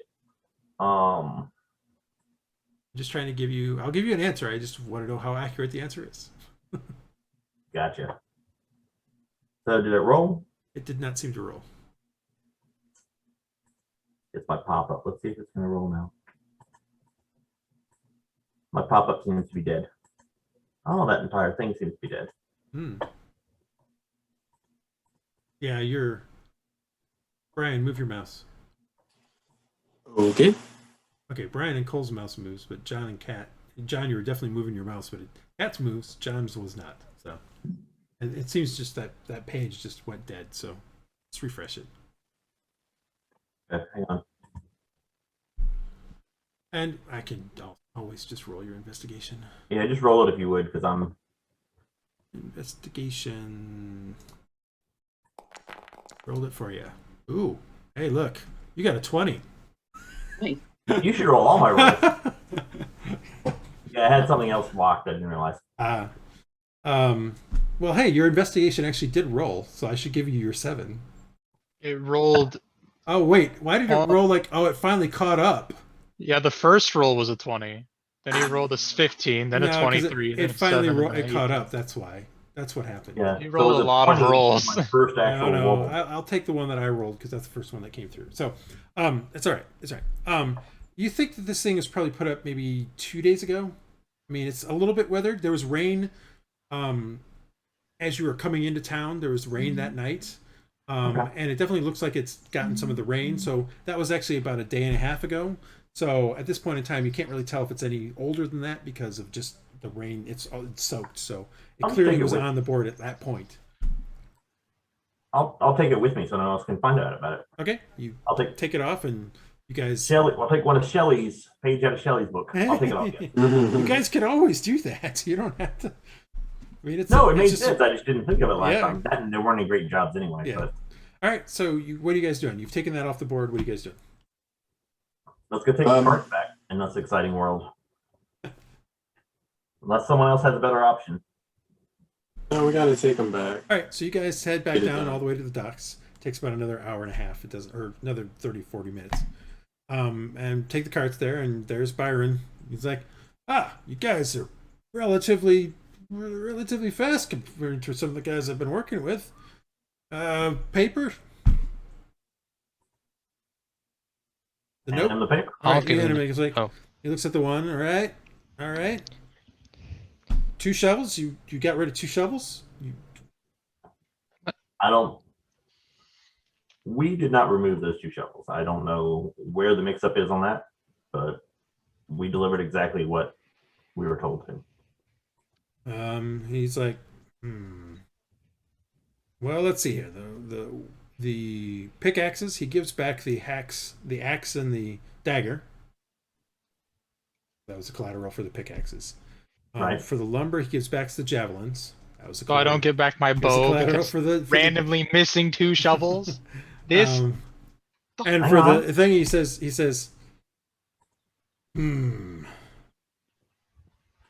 like, Rob, we've got these shovels still around here. Rob, a kid, maybe 15 tops, looks up and says, put them all in the thing like you said. According to this note, they only got 18 up there, so either I gotta blame these guys or I gotta blame you. And Rob's like, no, I didn't. I put them all in there. I'm positive I put them all in there this time. In this time. Hold just a moment, friend. This time. Insight on that. Morgoth talks persuasively For what? You have to actually say it. to try and convince him that we did absolutely nothing wrong. Well, I mean, sure. He's like, yeah. I get it, guy. Trying to talk to Rob to see if maybe there was a mix-up. There's been a mix-up in the past. Just give us a moment. Of course. You can do your insight though, Artemis. Yeah. Good thing I don't have. Other Yeah, than like the right. fact that he looks a little nervous, Rob looks a little nervous. He's hard to read. That's hard to say Okay. exactly. Probably Byron's just nervous Byron's because he like, might have fucked up. well, let's go see over here. Come on. And he kind of takes Byron or Rob along with him, and he's like, yeah, I need to. Evens, there's 2 shovels. Odds, there's not. No, he looks around for a bit, and he's like, so not in the last place you stored some of them. And it must have been these guys. So I'm going to do a perception roll to see where I would hide something. Okay, that's fine. You can. Looking around, there's a few spots that maybe like you could just kind of stash something to the side and it would be overlooked. It's not like it would be, not like there would be something that would be super hidden, but it might be overlooked because it would just be part of other things. Like there's a whole pile of shovels. Maybe there's 22 in that pile. Is he glancing at them? No, he's not looking at anything. I mean, like I said, it was hard for you to read him. That doesn't mean he wasn't telling the truth. Okay. Can I as part of my order, I do not want to have any type of conflict or misunderstanding. So may I count? You're talking to Byron, right? Yeah, Well, count what? the shovels. Oh, you mean these over here? Yeah. Sure, why not? Okay. Let's count together. Right, Rob? Oh, can I count too? And they all go I love over there. counting. You guys Let's go over all go count. We're gonna count together. It'll be a bonding experience. there. All right. We're all gonna do and math. I'll- You that's right. I count mean- the shovels, and indeed there are 22 shovels there. How many are supposed to be there? Yeah, Twenty. Rob's like, oh, maybe I can't count properly. I could have swore I put them all in there, though, Byron. I could have swore I did it. Don't dock my pay again. Byron's like, I won't dock your pay, but you're going to have to take those up there before the night falls. Along with this sheet. He hands him the sheet. And Rob's like, looks crestfallen. He's like, oh no. And then you get back your bow and your arrows. Yay. It's like, Thank you sorry for for the your- mix-up, guys. Thank I'm you gonna for have to honesty. teach Rob how to count. It seems It's alright, just an honest mistake. it happens. Or perhaps he's It more happens a someone who lot. likes to haul things. It happens a lot. Anyway, if you're willing to do some more, I got some more. I have some more tomorrow. Well, what about our pay for today? Oh yeah. Go see Quill. All right. And he, Yep. Have a good day, sir. Yep. You too. You guys head in, and yes, Quill gives you 3 silver pieces, 1 for each of the loads you did. I take one. And what are you guys doing then? I kind of want to go explore some runes. Well, Well, we're waiting for the cartographer to Well, get here what time of day is tomorrow. it? That's it, Let's see. kinda. It took you 3 hours to get up there. It took you about 2 hours to get back because it was less time. So it's probably early to mid-afternoon. We can go try and look for that lady. where are the ruins? I don't understand. They're out a good like day and a About half. a day's travel. Days west. travel west.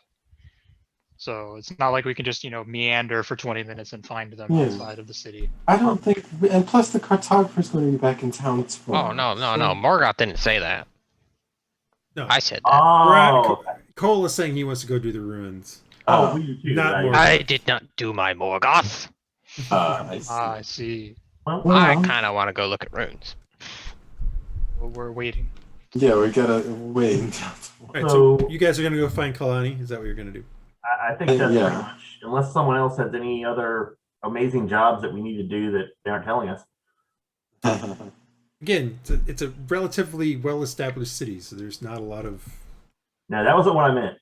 That was I directed know. towards Andy. It was directed towards Andy and you guys, and the other two of you, because you guys do have jobs that you could be doing. So I don't.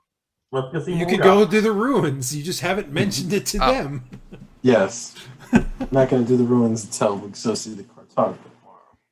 Anyway, so you guys head back to the mining camp. And I thought Artemis was with us.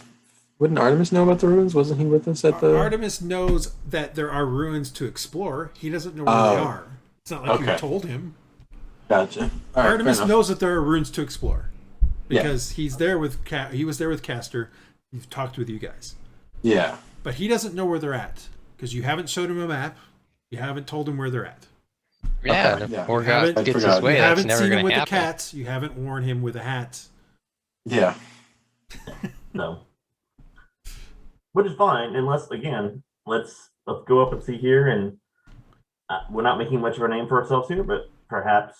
Yeah, I this mean, will at any be better. point, you guys could say we're just gonna loiter around until such and such happens, and I can just try. I can move forward to that point.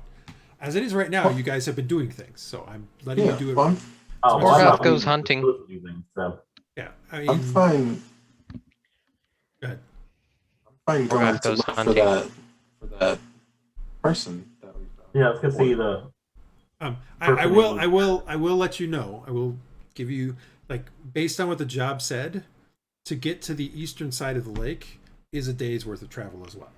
So even Right. if you find this girl and say, sure, we'll do it, it's a day there and a day back. Well, let's just stay in town till the morning then. Yeah, and then- I'm just letting I've you got know that ale. you would know that that's how long it would take. Okay, well, I can modify some ale and find some more herbs and Yeah. go back to camp, and hopefully we'll have better hunting tomorrow. I'm not not trying to tell you not to do something. I'm just saying No, I know, you but control the destiny, and you just need to say, hey, we're just gonna have some downtime until such and such happens. If you wish. is the camp where we stay closer to the other place, or is it would I have to go back through the mining camp to get there? To which camp?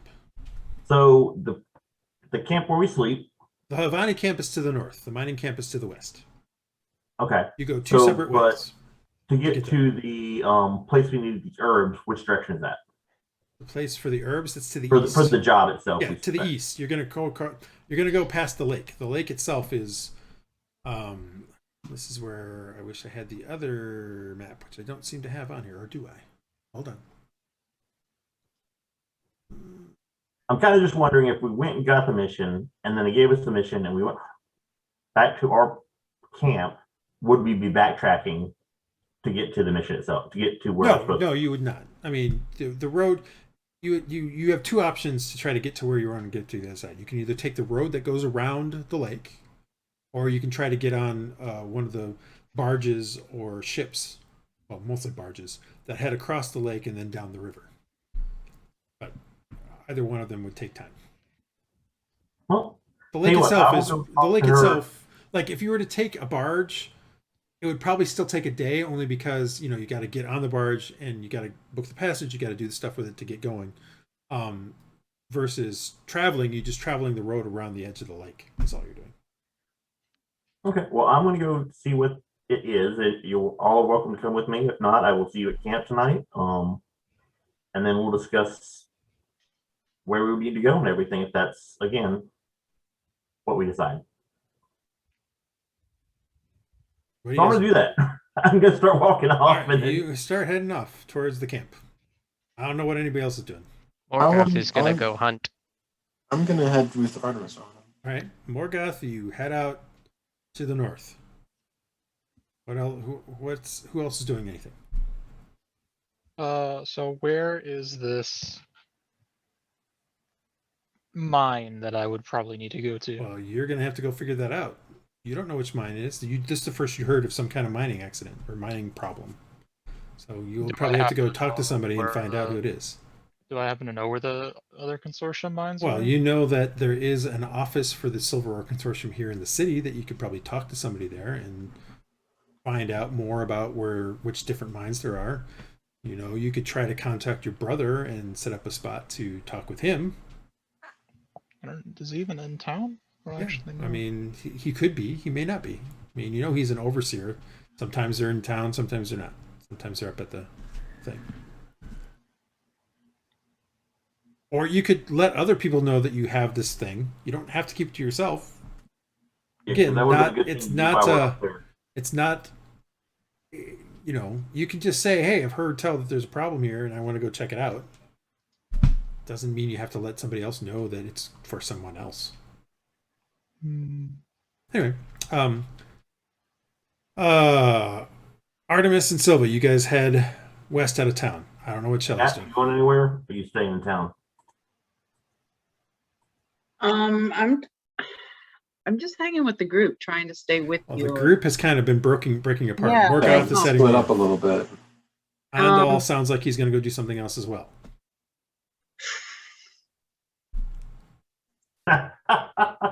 So maybe I'll pal around with Andrew.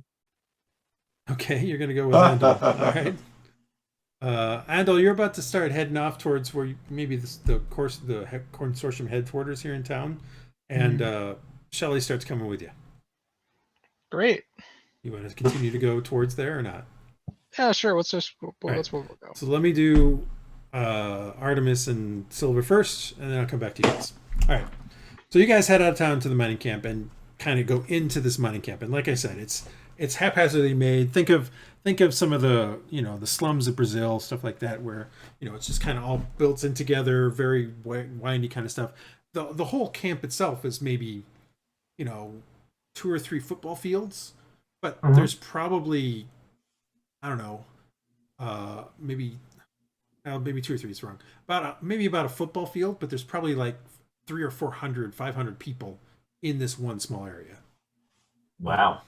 So it's really densely packed. And the town itself's only like 2,000, right? Yeah.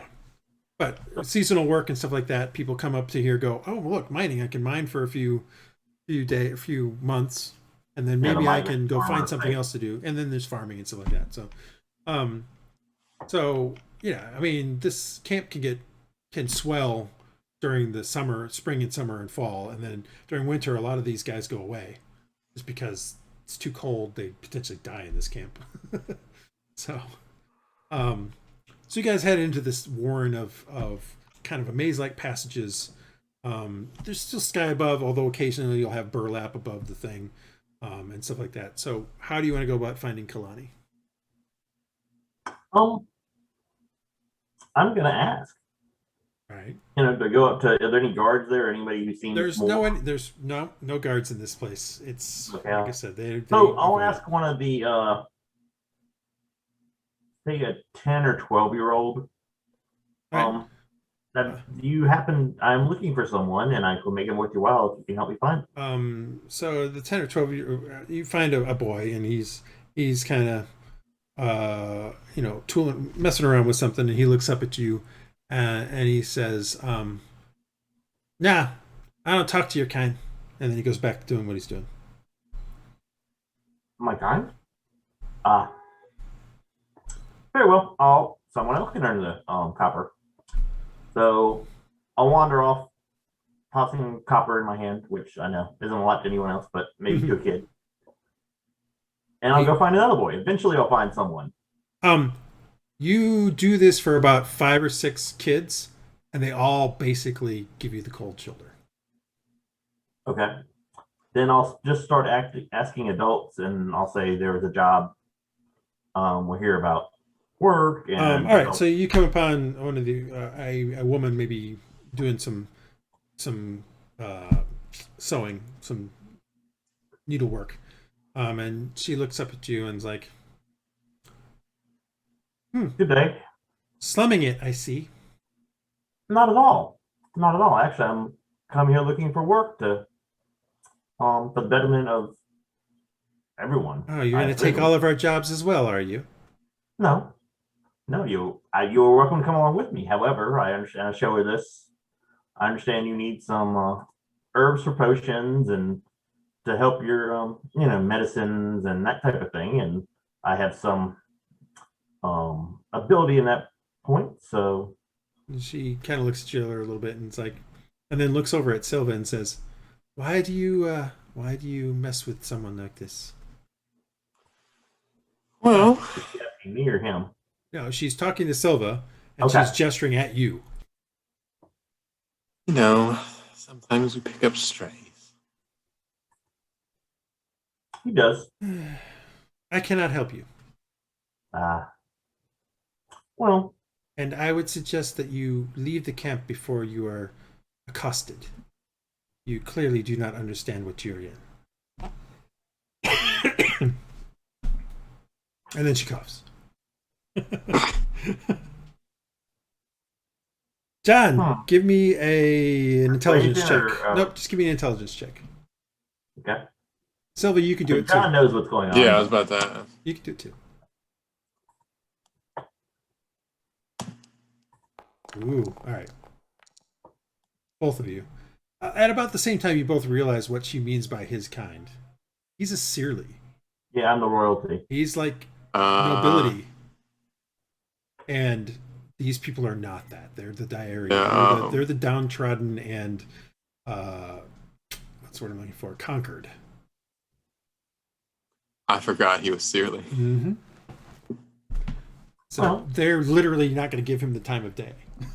That's fair. Unless so, you, however, because of Yeah. what you look like, you are not. Mhm. They don't consider you that same thing. That's why she asked you why you consort with him. Yeah, that's fair. I forgot he was. Yeah. Okay. So maybe a different tactic is in order. Is all. Yeah. I'm Perhaps I gonna could go. outside if you could find this person, then Yeah. And I'm gonna go out. I will wait on the outskirts of camp or where we came up on the trail. Yeah. Can I roll a medicine check just to see if that cough is anything I know? Sure. Go ahead. Something worse. Nah, it might just be a typical dry. It was a typical dry kind of cough, so it's nothing. It's clearly it wasn't. It was involuntary. That was for sure. Okay. It wasn't like she did it to signal something or anything like that. No, I know. No. But, I mean, but it doesn't. It's probably just a normal. Let's see what. I can't remember what. We're in harvest tide, so it could just very well be late season allergies. okay. Remember, farmers are harvesting. There's Right. always sort of like late season kind of pollen and stuff that could very well be the thing. So Well, if you go wait outside of camp, I'll ask around. What was the name again? Kalani. Kalani. Okay. and I'll tell the woman your advice is well met. Perhaps some aspirin, but the equivalent of whatever it is that will heal everything, Bitterweed is aspirin. could help. in this Could thing. help that. I mean, and Normally in our one, that would be, bark of willow, but this is bitterweed is used in that sort of thing. okay, well, that's what I'll mention to her, and I'll go outside. All right, you head on out, and Silva, I don't know, go to the next woman or the next child. What are you gonna do? No, I'm gonna go a little ways Okay. away from here to a different part of the camp All right. and ask. All right, so you come upon what is probably just the equivalent of square in this encampment. It's maybe like, I don't know, 30 feet on a side. It's really pretty small for a square. But in there's a couple kids playing. You can see some women on the outside, around the outside, either talking to each other or doing laundry or doing that sort of stuff. In the center, there's sort of a there's just a single pole with a few what looked like the remnants of like maybe some streamers or something, possibly something from the last time there was a festival. It's hard to say. Okay. There's several people around in here that you could. I will just go up to whoever's closest. Okay. The first one you come upon, she's doing some stuff in a tub, washing some stuff. She looks up and says, "May I help you?" Hi, I'm looking for a woman named Kalani. Kalani? Kalani. Oh, she is if you see where we're at now, if you go through that other spot over there, and go about 3 more of these little clearing areas, she's in that one. Thank you very much. And I will head off. Okay. In that direction. All right. So you head off in that direction. So you go out. So like there's 2 of these entrances. You come in. There's a thing. You go to the other side. You go out that one. It kind of twists and turns a bit, and then comes upon another one of those things. Okay. You and this is the one that she told me about, or she said 2 more. Okay, I'll keep going until to the one that. All right. So you come back. You go through again. It twists and turns around. And you come upon another one. And you get to that one. Give me a perception roll.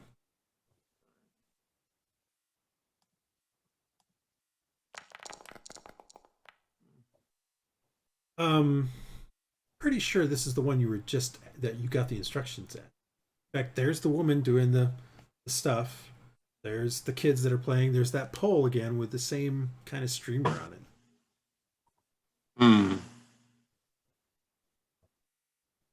Can I head back to the one I just went to? Okay. You head back. And this one's definitely different. Yeah, correct? this one's different, and there is definitely like different people in it.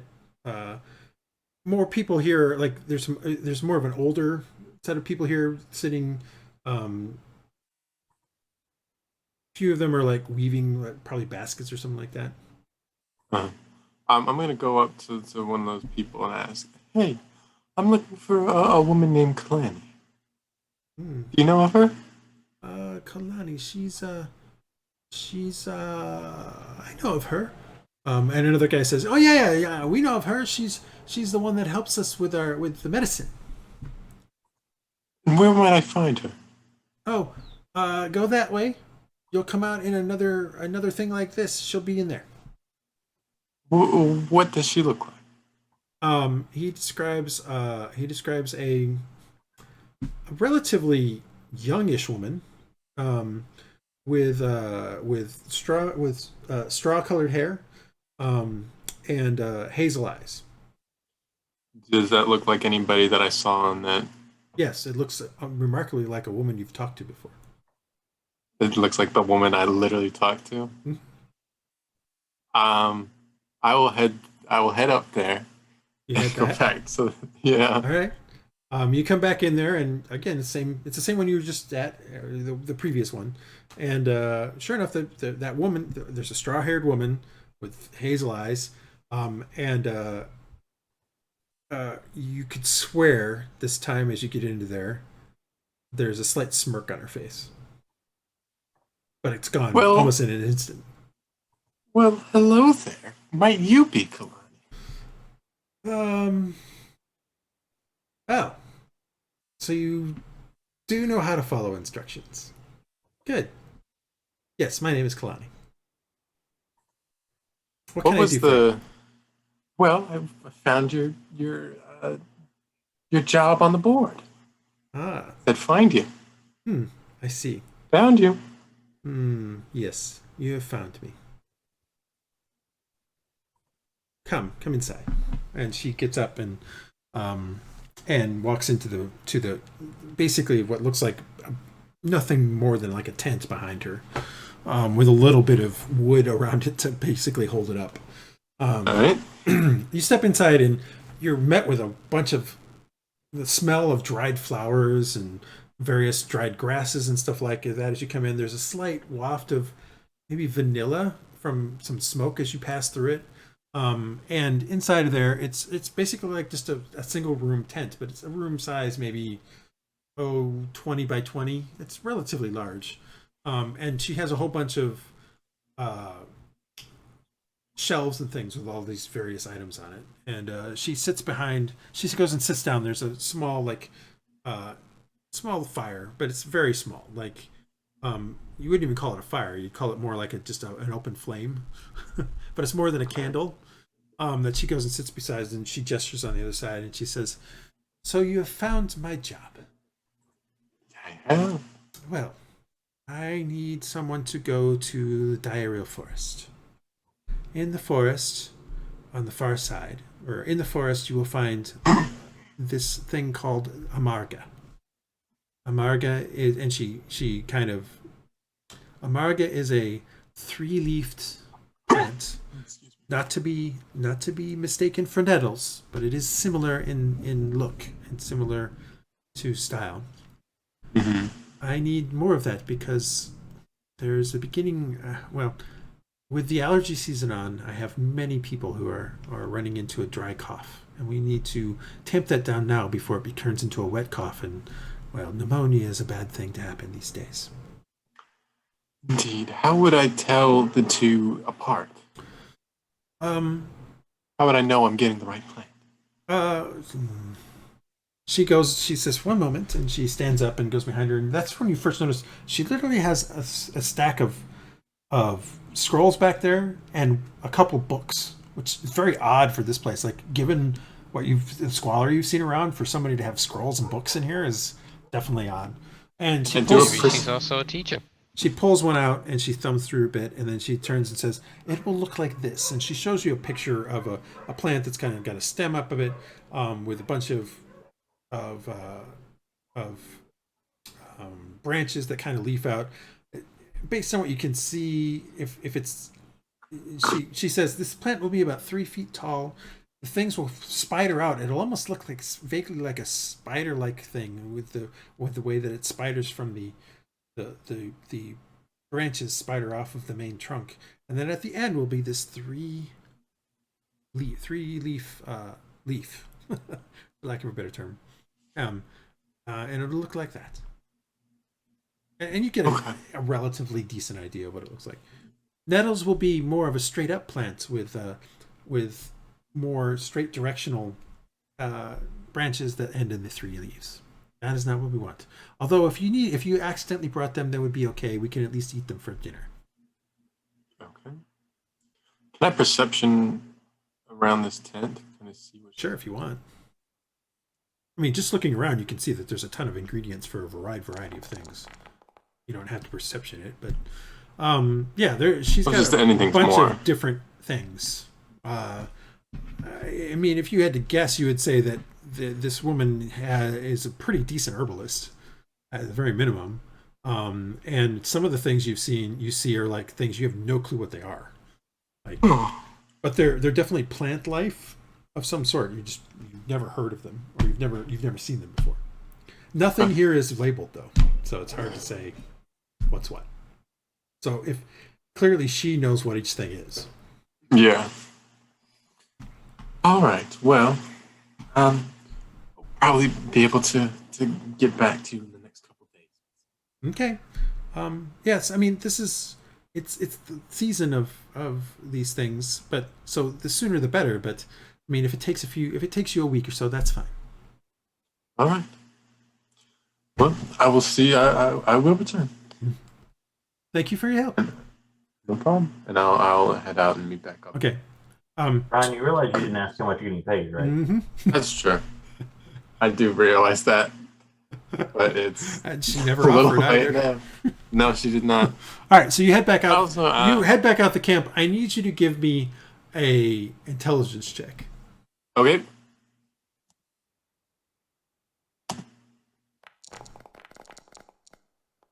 All right. You remember your way back out through the maze. Okay. And are able to get back outside, like, because you had to go further in to get to this thing. So you get back out there and find Artemis on the outskirts. What are you guys doing? I will. I found the lady. Excellent. and I know where we have to go to get to do the job. And how much does it pay? That's an excellent question. I don't know. I was a bit distracted. She had quite a bit of different herbs and things about. I lost interest in the pay for the job rather quickly. What did she enchant you with her beauty or something? Is that Not her beauty, more the assortment of different herbs and things, some of which I had never even seen before. So, oh yeah, there are quite a few herbs. I'll have to give you something to smoke sometime, which will help you with that. We will. Because transfer on to the other two while you guys talk. And we'll walk back. Anyway. Yeah. Can he go back in and ask? He wants to. Shelly and Andal, you guys head down the streets to Andal. You know where the main office is for the Orc Consortium. Like, you're at the warehouse. You just have to head down a bit to the dock district that's over here. So I'll bring everybody back to this. So you know that these are a lot of the consortium, or there's various offices here for various of the merchant houses. There's also things in the merchant district itself, but those usually are much more difficult to get in. This is your typical spot where you'd end up going. So you head over to there. What do you guys want to do there? Or how do you want to go about this, I guess is the question I would ask. Well, I need to figure out which mine to go to and how far it is. Well, so I mean, you make it outside the Silver or Consortium office. What do you want to do next? And I don't know if you and Shelly speak at all on the way down there.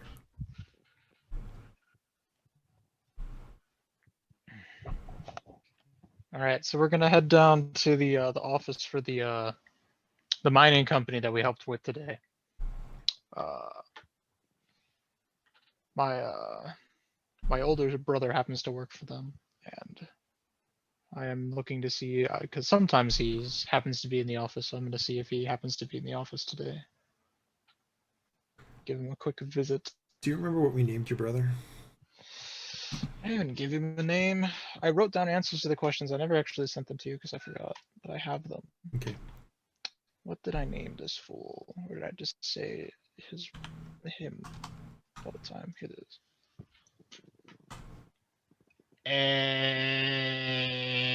No, I didn't name him. Okay.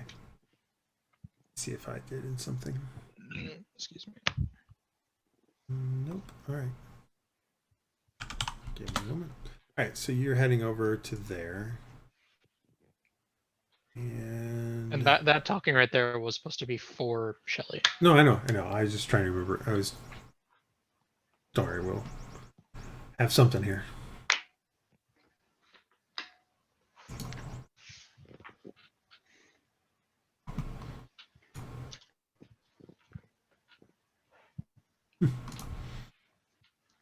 Okay. You get to the office. What do you want to do? I mean, how often have I come down here before? Not too often. I mean, like I said, you like you had said before, you don't necessarily do much with your brother, so I mean, you can head in. You can head in the office though if you'd like. I mean, it seems to be open. All right, I'm gonna head into the office and see if I can find somebody to speak to. All right, heading inside, you can see that around the office there's a map of the region, which seems to have a bunch of little, not pins, but little areas that are marked on it. You can see that there is a as you kind of come in, the guy stands up and he's like, "May I help you?" Yes. What name did we give him? Did we give him a name? We're gonna give him the name Callum. Callum? Callum. You heard me. Hi. I just came to see if Callum happened to be in the office today or in the city today. Callum. Oh, no, he is out. He is out at one of the iron mines, working with some of the overseers there. Can I take a message for you? Yes. Can you let him know that his that next time he happens to be in town, to be if he could make time to see to what are the words I'm trying to look for here for. Yes, if you could let him know that next time he happens to be in town, his younger brother happens to want to see him. All right. If he can make time. Oh, your brother. He's your brother. Yes. Oh, well, in that case, you see the map there? Yeah. He's at I believe he is up at the mining office up in, and he points at one of the there's a bunch of different markings for each one, but the one that sort of has this particular symbol, there's like 3 of those. He points at one of those. And it's west. It's probably about 4 hours west, and then there's a track that heads up and goes about maybe the rest of the day to get to it, based on what you know of timings for this sort of stuff. So probably closer to it would probably take you a good 8 hours to get to this mine. Interesting. I mean, I'm sure you can't get there today, but I think he's going to be there for a couple days. So. All right, thank you. I might make that a trip to do the end of today and then be there tomorrow. All right, then he goes, "Can I help you, miss?" Is she actually here? I don't know. No, I'm just hanging around with him. Got nothing much to do. Oh, okay. Well, hopefully that helps. All Oh, right. yeah, that's quite helpful. Thank you, sir. Okay. And then Have a good day. You as well. And I'm gonna head out. All right. What else are you doing? What's anybody doing? Morgoth, you're hunting. Give me your survival roll. 1 moment. Morgoth randomly dies while out hunting. No. Artemis and Silva, what are you guys doing? I'm hoping he's going to go back and see how much we're getting paid, because there's really not much use for us to Why are go. we so worried about money? Because he doesn't have a lot of it. Fair. It's gonna I honestly don't care. We have plenty of money, but I don't know anything about it. So, your hunting isn't very fruitful. I mean, you thought you were able to track a few things down, but in the end, they all end up being something you just can't, that you don't catch up to, or your arrows miss, or that sort of thing. well, if it's so important to you, I'll head back in and ask. Well, I mean, it's always better to have understanding on both sides of what the job will entail and what you'll get back. Especially if we go away for several days. But yeah, sure. I'll head back in. All right, you head back in there and get back to her spot, and she's there washing again, and she's like, "Oh, back already?" Well, I realized I neglected to ask how much this would pay. Oh, I thought you were just going to do it out of the goodness of your heart. Well, I'd be inclined to, but I have To help out the poor and sickly here in the maze. I have an associate who's a little strapped. I see. That would be helping me on this job. So it'd go a long way, just no. Well, we're a poor community. I don't really have a lot that I can offer you, but I might be able to pay in trade. Right. I have the ability to make some drafts that could be used to help you more immediately in return.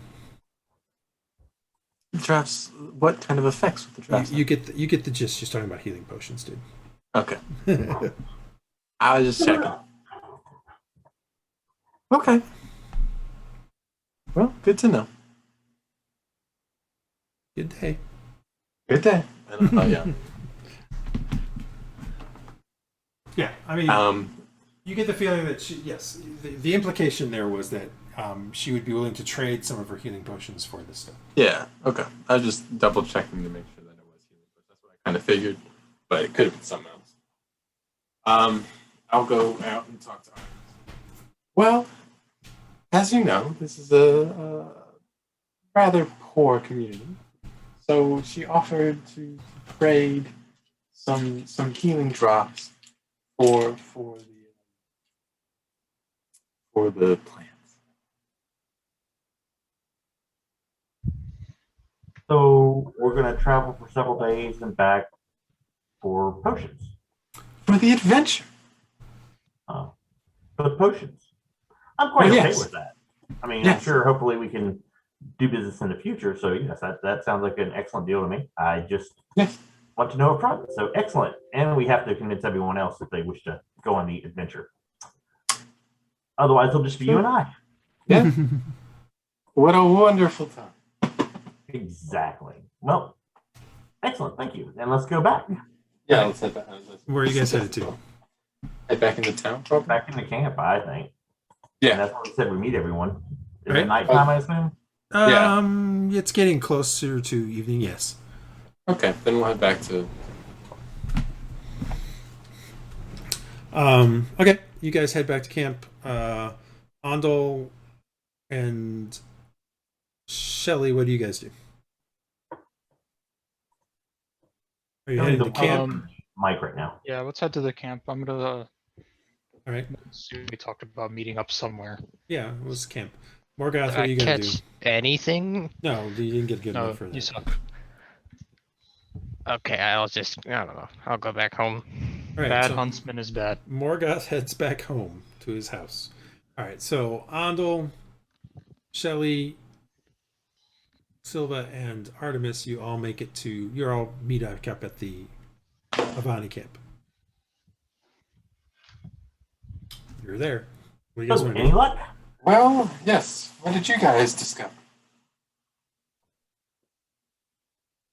Well, Shelly just kind of followed me. I went by the office of the consortium for two reasons. Well, they were entwined. One, to see if my my older brother happened to be in town today, which he isn't.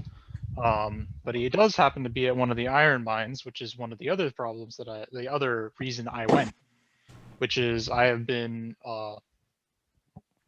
informed that there are some strange happenings at one of the consortium's iron mines. And I've been I found this out through one of my my contacts from the previous work that I've done. I'm assuming that we've talked about some of the work that I've done already, right? Do they kind of know? I don't know. You literally met them like a week ago, so. Okay, fair. I before we all met up and worked for Fizzbult, I used to, and still do, realistically, I would go around and gather information for, you know, whoever might be asking.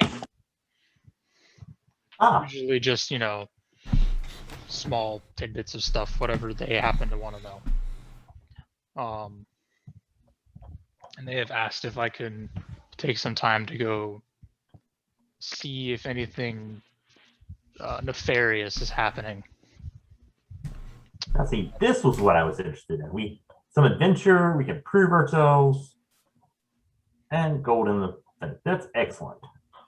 So I don't know which iron mine it's supposed to be, but I do know that my brother Callum is at one of them, and it will give us a pretext to at least go into that one. It's the start, yes. Well, that sounds wonderful. And then, yeah, we found out some things as well. Actually, he found out things. I apparently need to be aware of where I am at times, and there's somewhat of an inconvenience with my race. But that can be handled next time. Mm-hmm. Yes, well, they're looking for some medicinal plants, and possibly be able to get some healing drops out of it. So, not a terrible haul.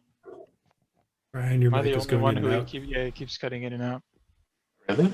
Yep. Yeah, it sounds like you're moving closer and away from the mic as you speak. Not moving. Well, Nope, still doing it. is it fine now? Yeah, it's better. It's better. Oh,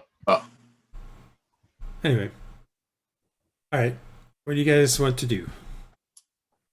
Oh, I say we.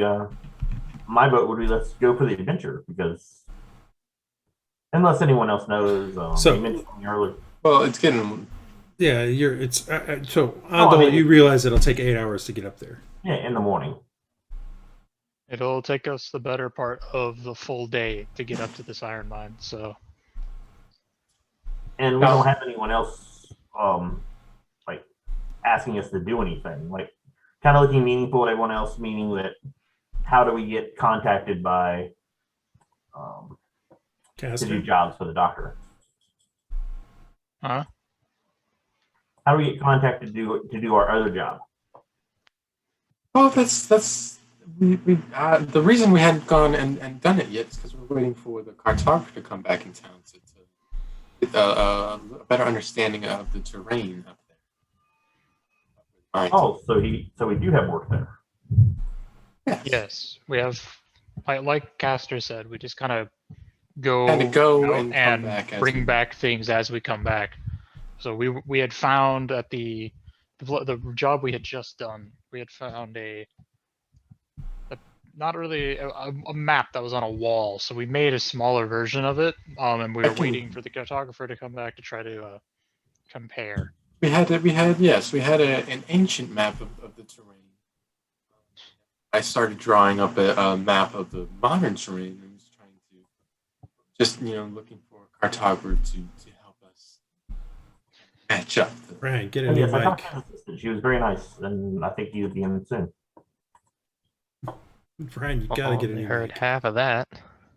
You gave me a name. I'm trying to find it, and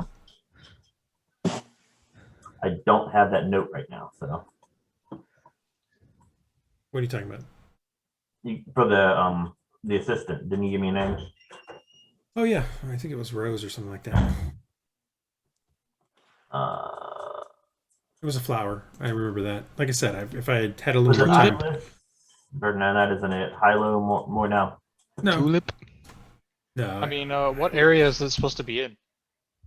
what area is what's supposed to be? The plants that the people need. It's to the east.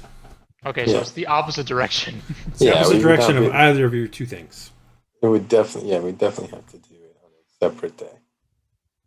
Yeah. But I have been told that time is of the essence Yeah. in knowing what's going on, so I think we would want to prioritize going to this. To the Well, Iron so Mine. you do know that 3 hours up this track is Raventhorpe, so you could potentially head there tonight. It would be dark by the time you got there, and then it would only be like a 4-hour trip from there. A little the over a mine. 4-hour trip to Yeah, the it's mine. for the 4-hour trip from Raventhorpe. So I believe that we would want to be in the mine with plenty of time to work tomorrow. So we should probably head to Raventhorpe and spend the night there, and then head to the mine the next day. let's do that now then. Yeah, Sounds excellent. that We works. don't have Morgoth. We'll have to go grab him. Yes, we will have to get Morgoth. Do any of us actually know where he lives? Didn't you stay at my house one time? I don't know. I don't believe so. No, I I'm pretty definitely sure did you not. like in our first and when we came back on off of our first thing, you stayed in my house for the night because it was like it was basically like midnight, something like I don't know. We'll say that you know where Morgoth's house is. If nothing else, Okay. we for tonight because he went hunting, didn't he? We'll have venison. Yeah, Oh yeah, well, I'm sure he's got plenty of food. It'll be great. sure. Yeah, I'm sure he did great. Yeah. Might be able to trade with some of the people of Raventhorpe and make a little money Yeah. off of it too. You guys Yeah. head Awesome. south back to the town. You go by Cole's house, which is kind of a ramshackle thing. Not very I mean, it's what he has. We're like, oh, what food you get? And he's just like, and knocking on the door, the door opens and there's a girl there. What? Which door? Your door. Oh. And Is he not there she yet? says, "Hello, who are you? Hey, may I help you? May I help you?" Well, we're looking for Morgoth. And who you mean? Oh, he's back. Brother, you have guests. Uh, and then the dog barks at us. There's no dark. I have a basset hound. I think there was a dog. Oh, there it is again. You're his little sister, I third time. presume? Oh yes. Did we give your sister's name yet, Cole? Where did I put this in biography? Here we go. Give me a second. No. All right. Then let me give you one moment. Your sister's names are Lily and Ivy. Going with the flowers again, huh? Well, that was the first thing that jumped up on the name generator. So, Mm. not because of. So, Lily, I'm Ivy. How are you? And who are you? My name is Silva. We got Andal, the the little skittish looking one. The monk looking one's name is Artemis. Skittish? A rogue. I don't know how else to describe you. Skittish looking one, the anxious looking one, the one who keeps looking over his shoulder. No, I don't know. You know what? It was just politeness. I don't really care that much. Morgoth. I'm coming. He did say his Politeness. sisters were fiery, so Lightness went right out the window, I guess. here, you deal with your friends. I'm gonna get my sister, and we're gonna head back to the The thing. what's his name? The Artificer. Except he would say something else. Remember the artificer's name? The thing. We're gonna head back. Get out of my house. You're the one that asked us here. Yeah, and now I'm asking you out. Fine. Fine. Lily, let's go. And, What's up, fellas? And the two girls walk by you, and they're shorter than Morgoth. They're about maybe 2/3 his height, and they're identical twins. How old are they? How old are It's they? hard to tell. Maybe late teens, early 20s. Well, they're 27. You're 27, right? No, I'm 28, and they're 1 year younger than me. Okay, well then they're late 20s. Turns out. Okay. Well, Well, Morgoth, we decided to go into wow. Raventhorpe. Raventhorpe. Raventhorpe. Just couldn't get the word out. Wow, I still can't get it out. The place. I know what you're talking about. The place tonight, so we can go to the silver mine where Andal's brother is. Iron Man. Iron mine where Andal's brother is early in the morning. I don't know why I'm struggling so hard today. Words are difficult, man. Don't worry about it. Give me 2 minutes. All right.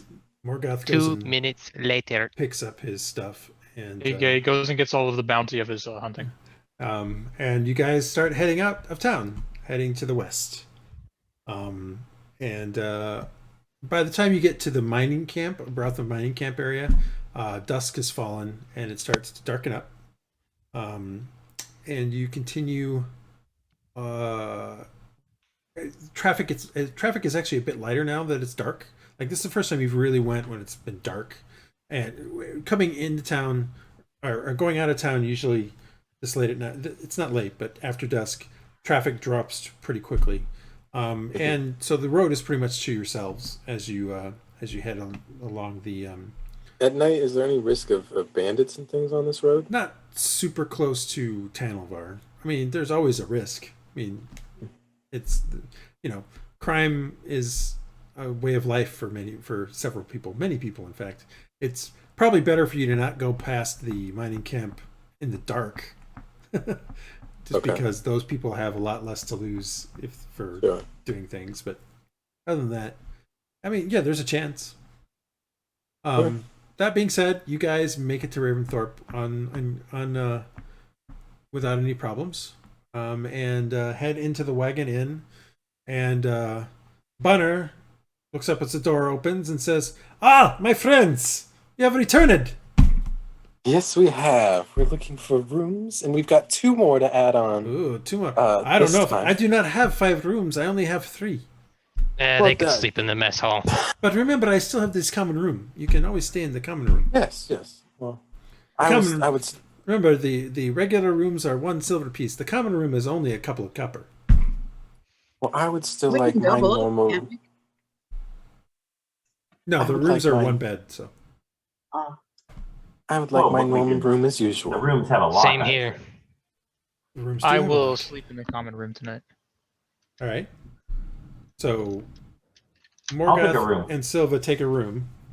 How much is it? Silver. Silver. Artemis is going to take a room. That leaves Shelly with the common room. It's just 2 copper, so it's not expensive. Or a few copper. Now, Maybe my it's 5 friend, copper. I can't remember. let us talk about a bit of food. All right, you are starting to do you guys come back to the common room or to the tavern room, and have some food. Tabs on me tonight. Tabs on me tonight, boys and girl. Anything in particular you're looking for? No. I'm Morgoth getting is me just some hungry. dwarven spirits. You're gonna have that dwarven spirits again. Yes. Unfortunately, Bunner doesn't have dwarven spirits. Remember, you had that. Oh. Yeah, the I tavern. forgot. I had it at the other place, Yeah, right? you had it at the tavern. He does not have such a thing. No, that's fine. He does, but he does give you a sly look, and he says, "But I do have a bunch of hooch from Jan. He gave me a little bit of his supply. Would you like to try that instead?" That works. What even is it?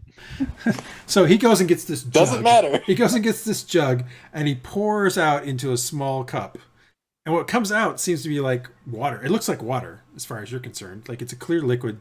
And then he passes it over and says, "Give that a try." It's All right. vodka. I'm down in it. Let's do it. All right, so you down Give me it. a Constitution Give me a check. Constitution check. Yeah. Constitution saving throw. Oh, that was a check, not a save. I'm sorry. I don't think the saving throw is going to help you much. This thing burns going down. Burns. Finally You're got a bad roll. And then it comes back up. Wow. I'll have what That- she's having. What's It's like you throw up on the thing. Because I can't roll for shit. Yeah, that was a pretty terrible roll. Give me one of those, man. You look a little ill, and Bruner's like, oh, that is not what I was expecting at all from you. But good to know this now. Well, it was a little unexpected. So, Well, Leo have to clean this up, and he starts cleaning it up. my sincerest apologies. Morgoth wants one. Morgoth wants one. Let us assume that you guys do a bit of drinking that evening. And Yeah. get some food. All did I'll is get perfectly. food, but I'm not going to go into the drinking thing here. Perfectly. Andal is perfectly happy to just watch them All right. fumble around drinking whatever the heck that is. I'm Places- fine to keep going. Silva's not deterred. The place is actually pretty light this evening. Like, Okay. there's no farmers here this evening. There's just, and in fact, there's nobody here in the main tavern when you have dinner and do your drinking. Light crowd tonight? Well, I forget what date we are. No, given where we're at with the harvest and things like that, everybody is staying home these days. They're all usually pretty tired, so it's not something that is. Oh man, I totally lost this accent again. It's not something we don't expect a lot of clientele these days. At least not in the evenings. Not after dusk anyway. Plus, especially with the attacks that happened the other day, I expect it to not be at all What after attack? dusk. Oh, one of the local farmers, he was attacked by some goblins. Oh, We really? haven't seen any goblins in probably the better part of 2 years, so trying to figure out where they're coming from. That's where Jan and Halton have went, actually. What direction was this farmer? Oh, he's just to the west. I mean, most of the farms are out to the west.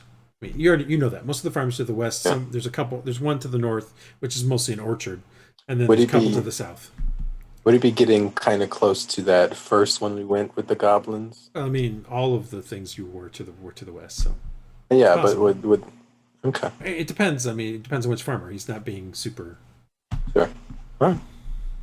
Well, sounds awful. Yes, he got hit with some kind of arrow, and they were riding some kind of strange dog that ripped up his arm quite a bit. Luckily, his two sons were able to fight it off, but that was about it. That's the best. It's touch or go right now with him.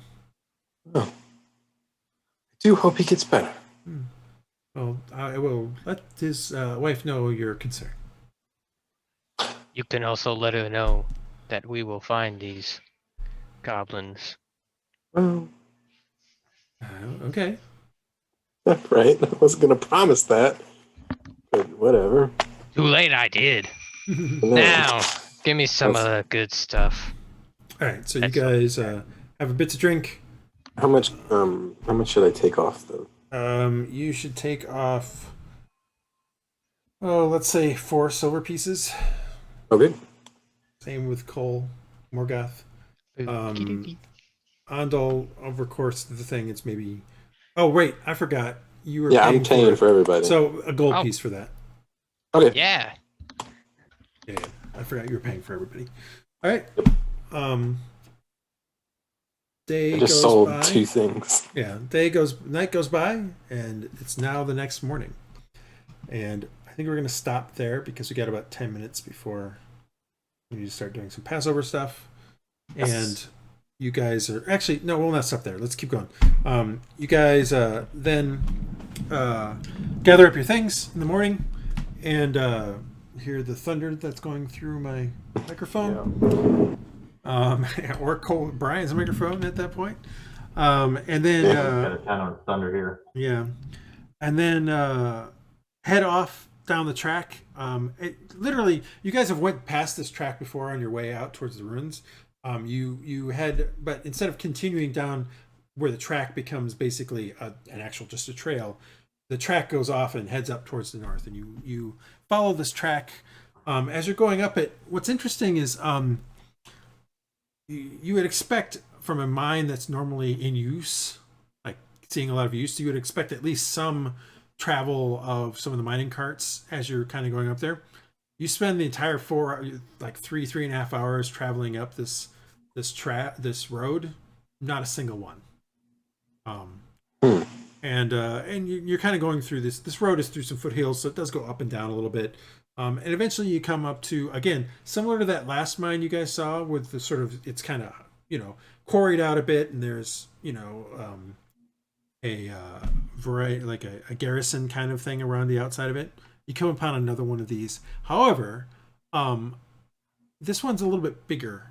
You can see that there's the warehouse thing like they had before. There's sort of a couple of other buildings, but there's another larger building near the warehouse, which is different from the last one. And the actual wall kind of goes up and it butts along one edge of this particular building. Coming down into it, guardsmen's there. They stop you as you get close to the thing. You don't have anything with you, so the guard's like, what do you guys want? Hold.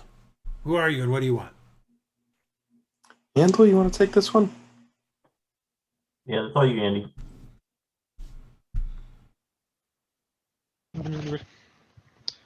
Hi, sir. I actually, we are from Tanalvar. I had gone by the office in the office for the consortium in Tanalvar to see if my my elder brother Callum happened to be around. Callum, you And say. the guy, yeah. And who are you? My name is Andal. I am his younger brother by a few years. Let me see if he's here. He motions for another guard, and you hear him say, claims they're Callum, he's his younger brother. Go get him. See if he actually is. Wait right here for a bit. And the guy goes off. You literally overheard him say that. So goes off. You guys cool your jets for about 10, 15 minutes, and then a guy comes out wearing some. I mean, he's wearing what would be considered like sort of the typical garb of Tanovar. It's got some smudges and stuff on it, but the craftsmanship of it, the tailoring of it, definitely better than what you see on Andal. Definitely better than what you see on a lot of the miners and a lot of the overseers you've seen so far, as you kind of were yesterday, the previous day, and as you watch the people around here. But there's definitely a similarity to Andal. This clearly is Callum. Also dark-haired, clean shaven, however. He comes up and says, "Ah, little brother, what brings you here?" And at that point, the guard that was watching you kind of backs away a bit. He continues to watch you, but he's now back towards the guardhouse itself. What brings you here? I had gone by the office in town in the city to see if you happen to be in town, because it's been probably 2 years at this point. Just wanted to. Hence the reason why I ask what brings you here. You couldn't have waited a few days to see me? Under normal circumstances, probably, yeah. But I have been. What lie can I make up for this? I know, what are you gonna do? What can I make up for this? What lie?